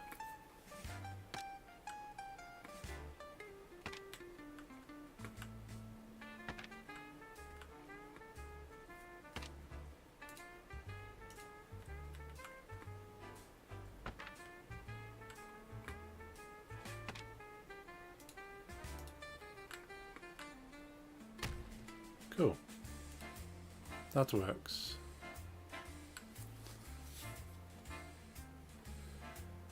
Awesome, so that's working fine.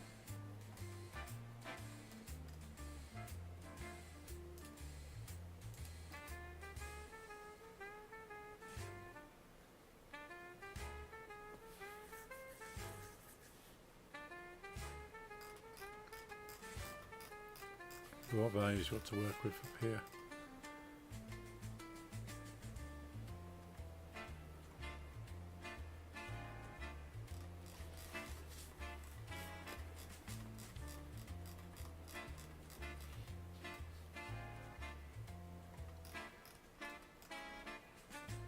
So get current rock.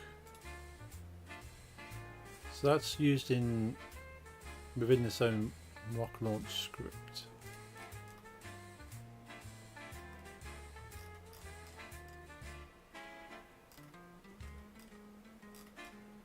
Where's it being pulled from? Oh, at the top there. So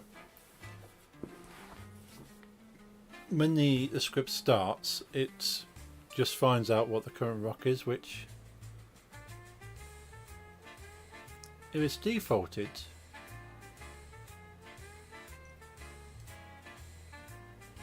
let's go to definition. It's never actually pulled again. So if I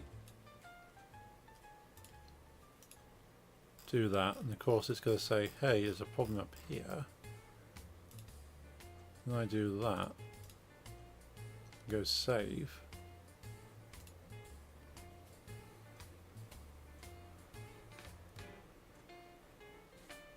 And I hit save up here. Is it going to break? because I'm not, because current rock name is already set as rock stone, unless that's just in this session.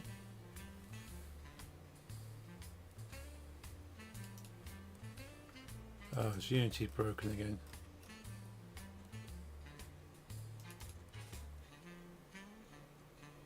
Oh, current rock set active false. Reset rock location. Current rock.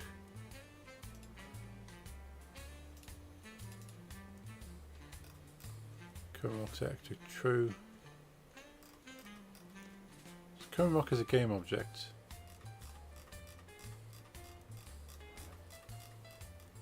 Ah, okay.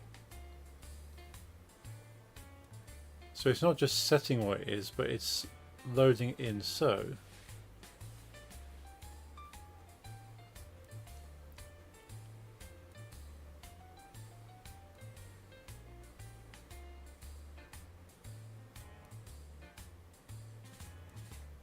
It's grabbing it from there.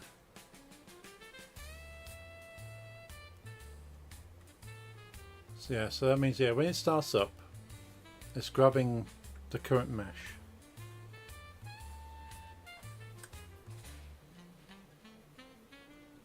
And saving it.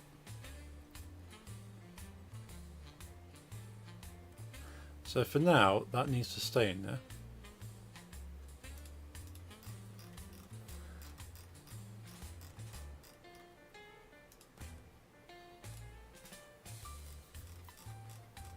But we will need to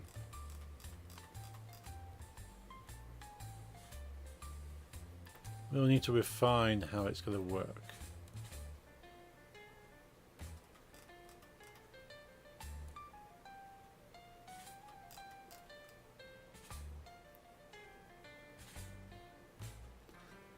Suppose rather than get it from here, when the game starts up, it's going to pull whatever is in. Let's save that. What I want it to actually do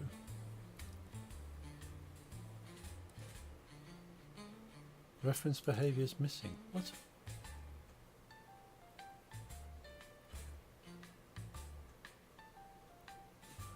Is it Unity playing up again? No, probably because it's in mid-play state. Right, so I suppose the ideal thing to do then is, rather than when it starts up, check the objects and then load that active object into memory, is to look over here and whatever's in the first slot, to load that into here and at the same time store it in memory, and then the game starts up. Rather than just go, okay, what do I have to work with, store that, just go, okay, what options do I have, grab the first option and then carry on. At the same time, do I actually need these projectiles up here now? Probably not.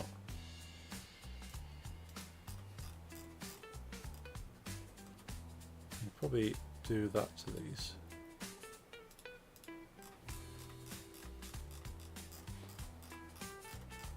Yeah. In fact, I can now delete all that.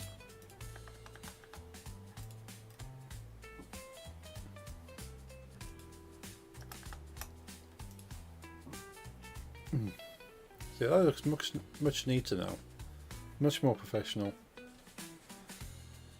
I could have many projectiles, but I'll be storing the current name of the projectile, the current sound effect, and the current mesh, so I know what I'm working with.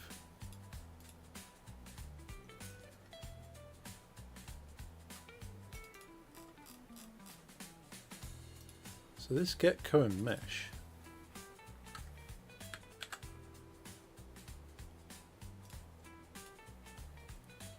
will be effectively part of this get current rock.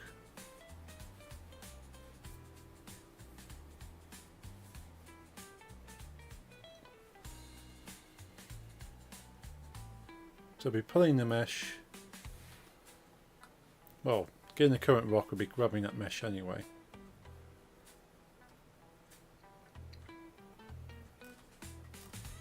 But at the same time, I wouldn't be having to set it active.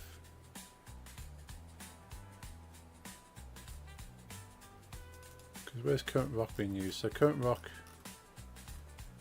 Okay, so I am setting it active and non-active as part of the gameplay. So this is where it could get complicated, because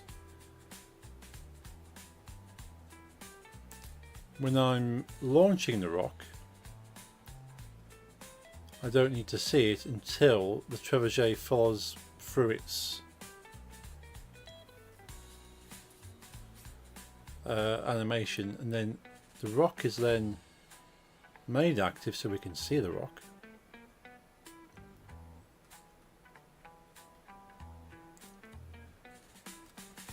And then when the rock is finished bouncing around, we then hide the rock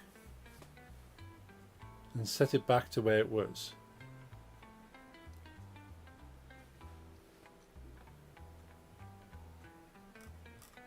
Now we can still do that. We just when we get the current rock and we're setting the rock here. But yeah, we'll get the current mesh. We'll spawn the mesh under the rock as a child and then save it as current rock. And then the rest of that will still work. And when we select the rock, we would delete or destroy the mesh that we currently have, load the new mesh,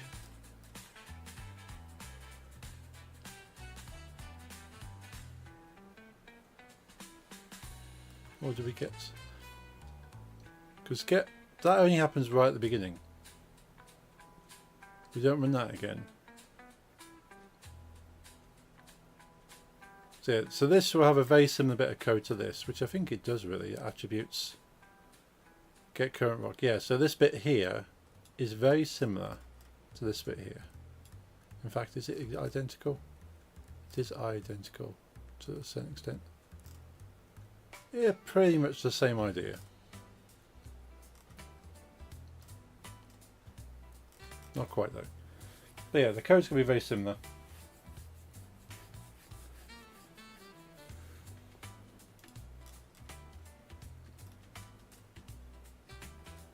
So if I write the select rock script first, this get current rock would be probably just the get rock, I suppose.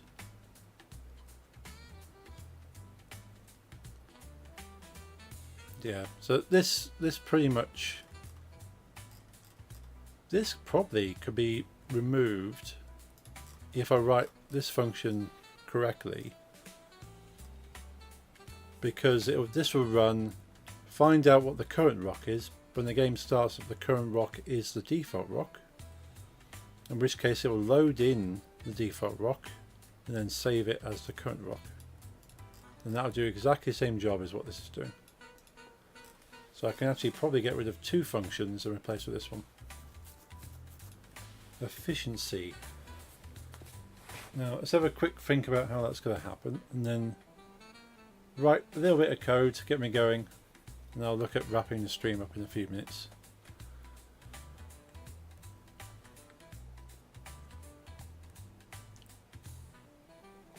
So find the projectile with the required rock associated with that. That should be easy, because we have get current mesh.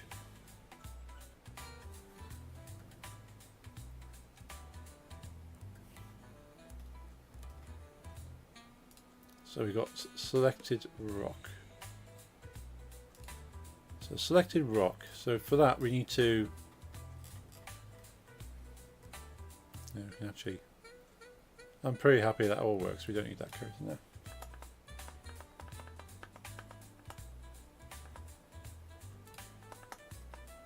That's so much nicer. Look at that. Looks like we know what we're doing. So we've got set current rock. So effectively we want that. We want to set the current rock first.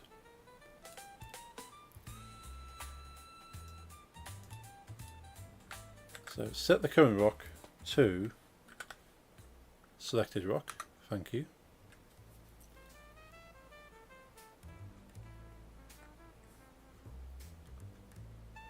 That's going to be attributes, isn't it?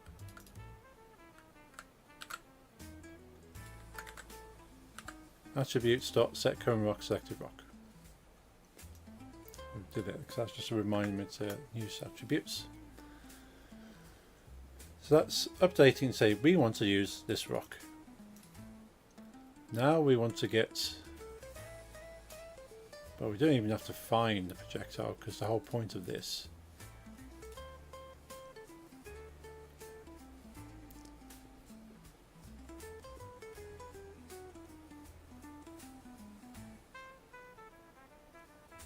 Yeah, rock is not null set now. Yeah. You don't need to get the rock because we're setting it at this point. So get the current mesh, pulls from current rock. So that returns a game object. And that will look for us. That's doing the looking for us. So we don't need to search for it. So at this point, probably want to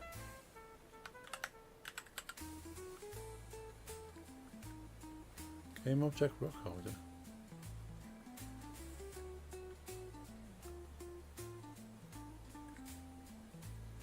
Not quite. Let's go.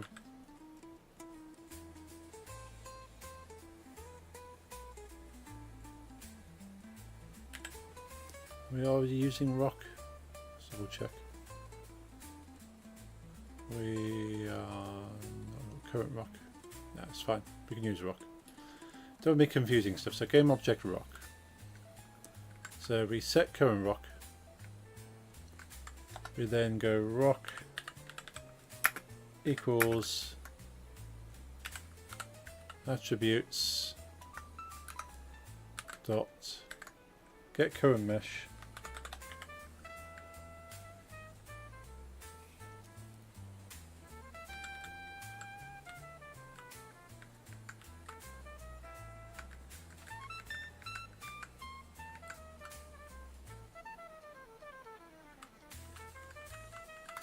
In fact, we can probably just drop that into this as a find the projectile with the required rock associated.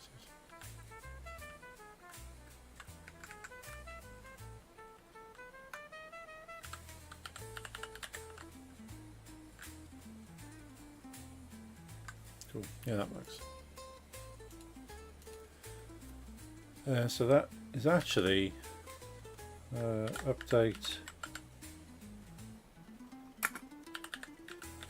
rock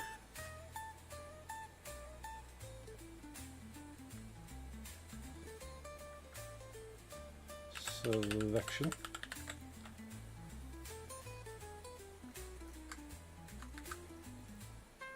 Then we're getting the rock objects. Now here's the interesting bit. We now want to spawn it. At the same time as spawning it, save it as current rock.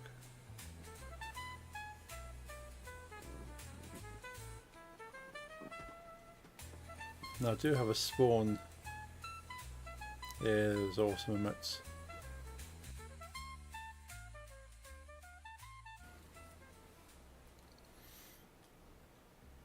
Is it instantiate? Instantiate?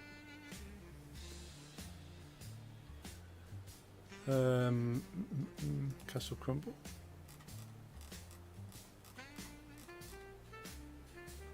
There we go. Game object instantiate.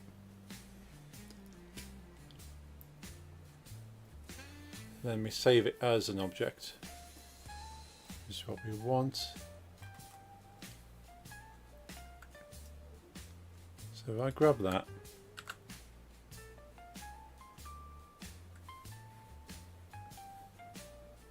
might need to come back to that.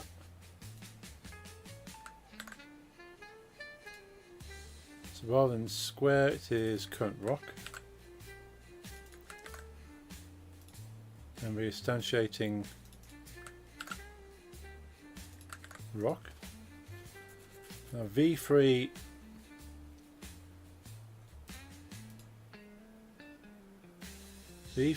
is their positioning. So vector 3. Now it should just be 0, 0, 0, I'd say.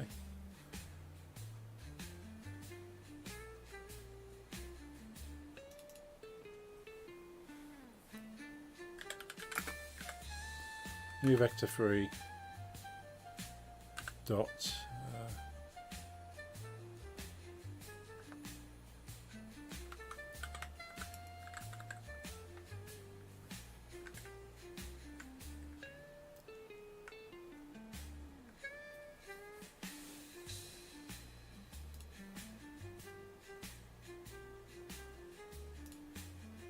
so that should instantiate the rock at 0, 0, 0.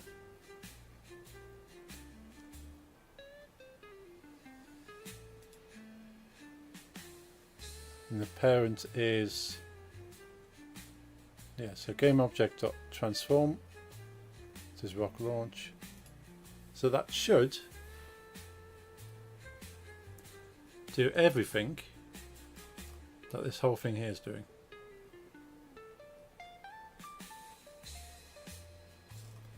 Apart from one thing, it's not removing any current children. So I'm still going to need this kind of thing.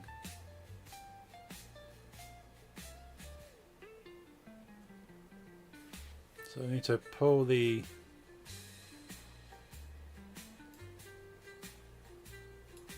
rock holder. So rock holder is itself, isn't it?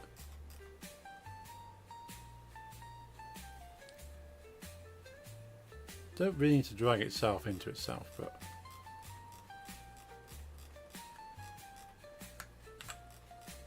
where it's got GameObject.transform, it could just be rockholder.transform. To guarantee it is whatever the rock holder is. That's fine.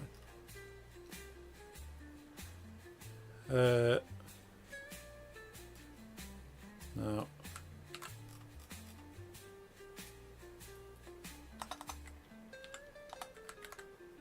if we do that,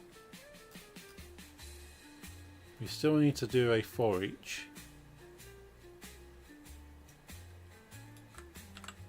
But we don't need to do all the things inside it.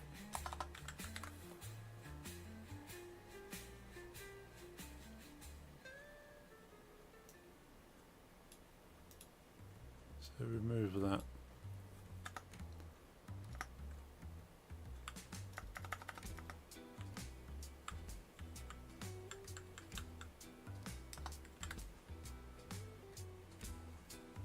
So game object ob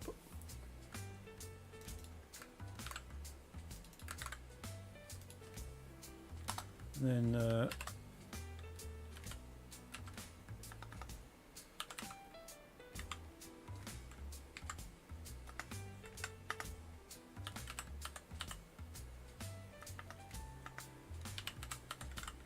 destroy object.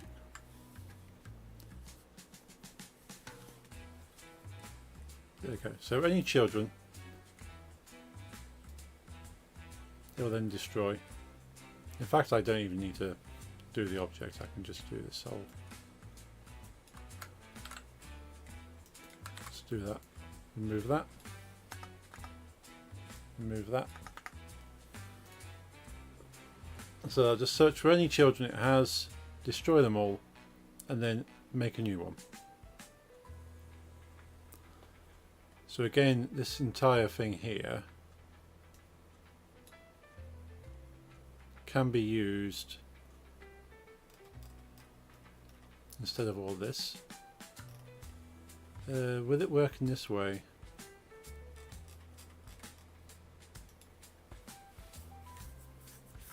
suppose if I run this but actually set the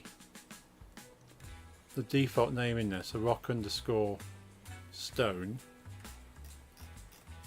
as the default up here.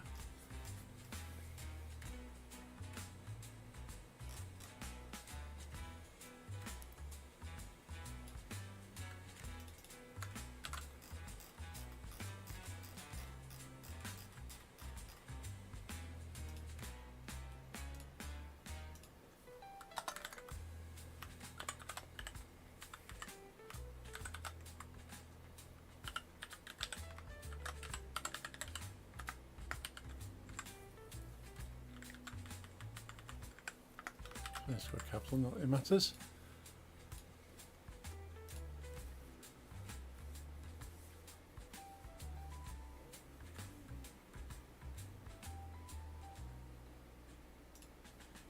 So it's rock_stone. So basically what it's going to do is going to write that in there. That's going to go away. It's going to search and go, okay, which one of these is called rock_stone? That is there. And then put it in there.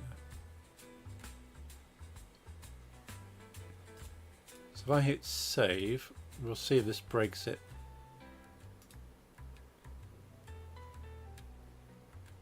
We'll probably wrap the stream up regardless.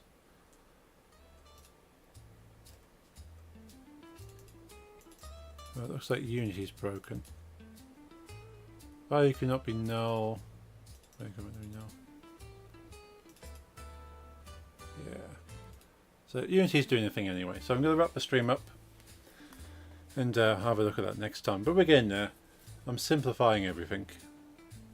And I think once everything is simple, then I can just be throwing rocks, quite literally, at the game. I can be throwing extra levels. Like nothing is too complicated. Everything is modular. I can just add stuff where I want it. And I can then learn for future that if I make these individual pockets of things, they can then all come together very easily. And I don't have to worry about tying stuff together. It'll just work together. And that's kind of the idea of making stuff modular, because if this was a team making this game, one team would be working on this stuff. Another team would be working on bits over here, and they would have to make sure they work together, rather than one person having to build everything together because it's all connected. So I'm trying to think like a team as opposed to a solo, because it means if I do need help with anything in the future, if I build it in mind of working with a team, I can just ask somebody to make something that does this, and then I can just copy it into here. But cool, we'll go to the full camera and I'll work on this next time. So we should be good for a stream on Monday and Wednesday and Friday. There's nothing stopping us from streaming next week apart from me, which is usually what happens. Epic! Thank you for the stream. It was epic as always. Thank you, Lisa. Thank you for being here. Epic! And thank you, Jeffrey, as well. You're both always here to support me, and I do appreciate that. Have a good night. Talk to you later. Yes, you too. Hope you both have a good evening. Good night. Good night indeed. Thank you everyone else who stopped by. Thank you, Max. It's always good to talk to you, dude. I know you're not here. And thank you for the lurkers. I see you in the lister. Have a great weekend, you too. I'll be back on Monday with some Minecraft goodness. And then hopefully Blender and Unity again next week. But until then, have a good weekend. Enjoy the rest of your Friday. And I will see you on Monday. Good night.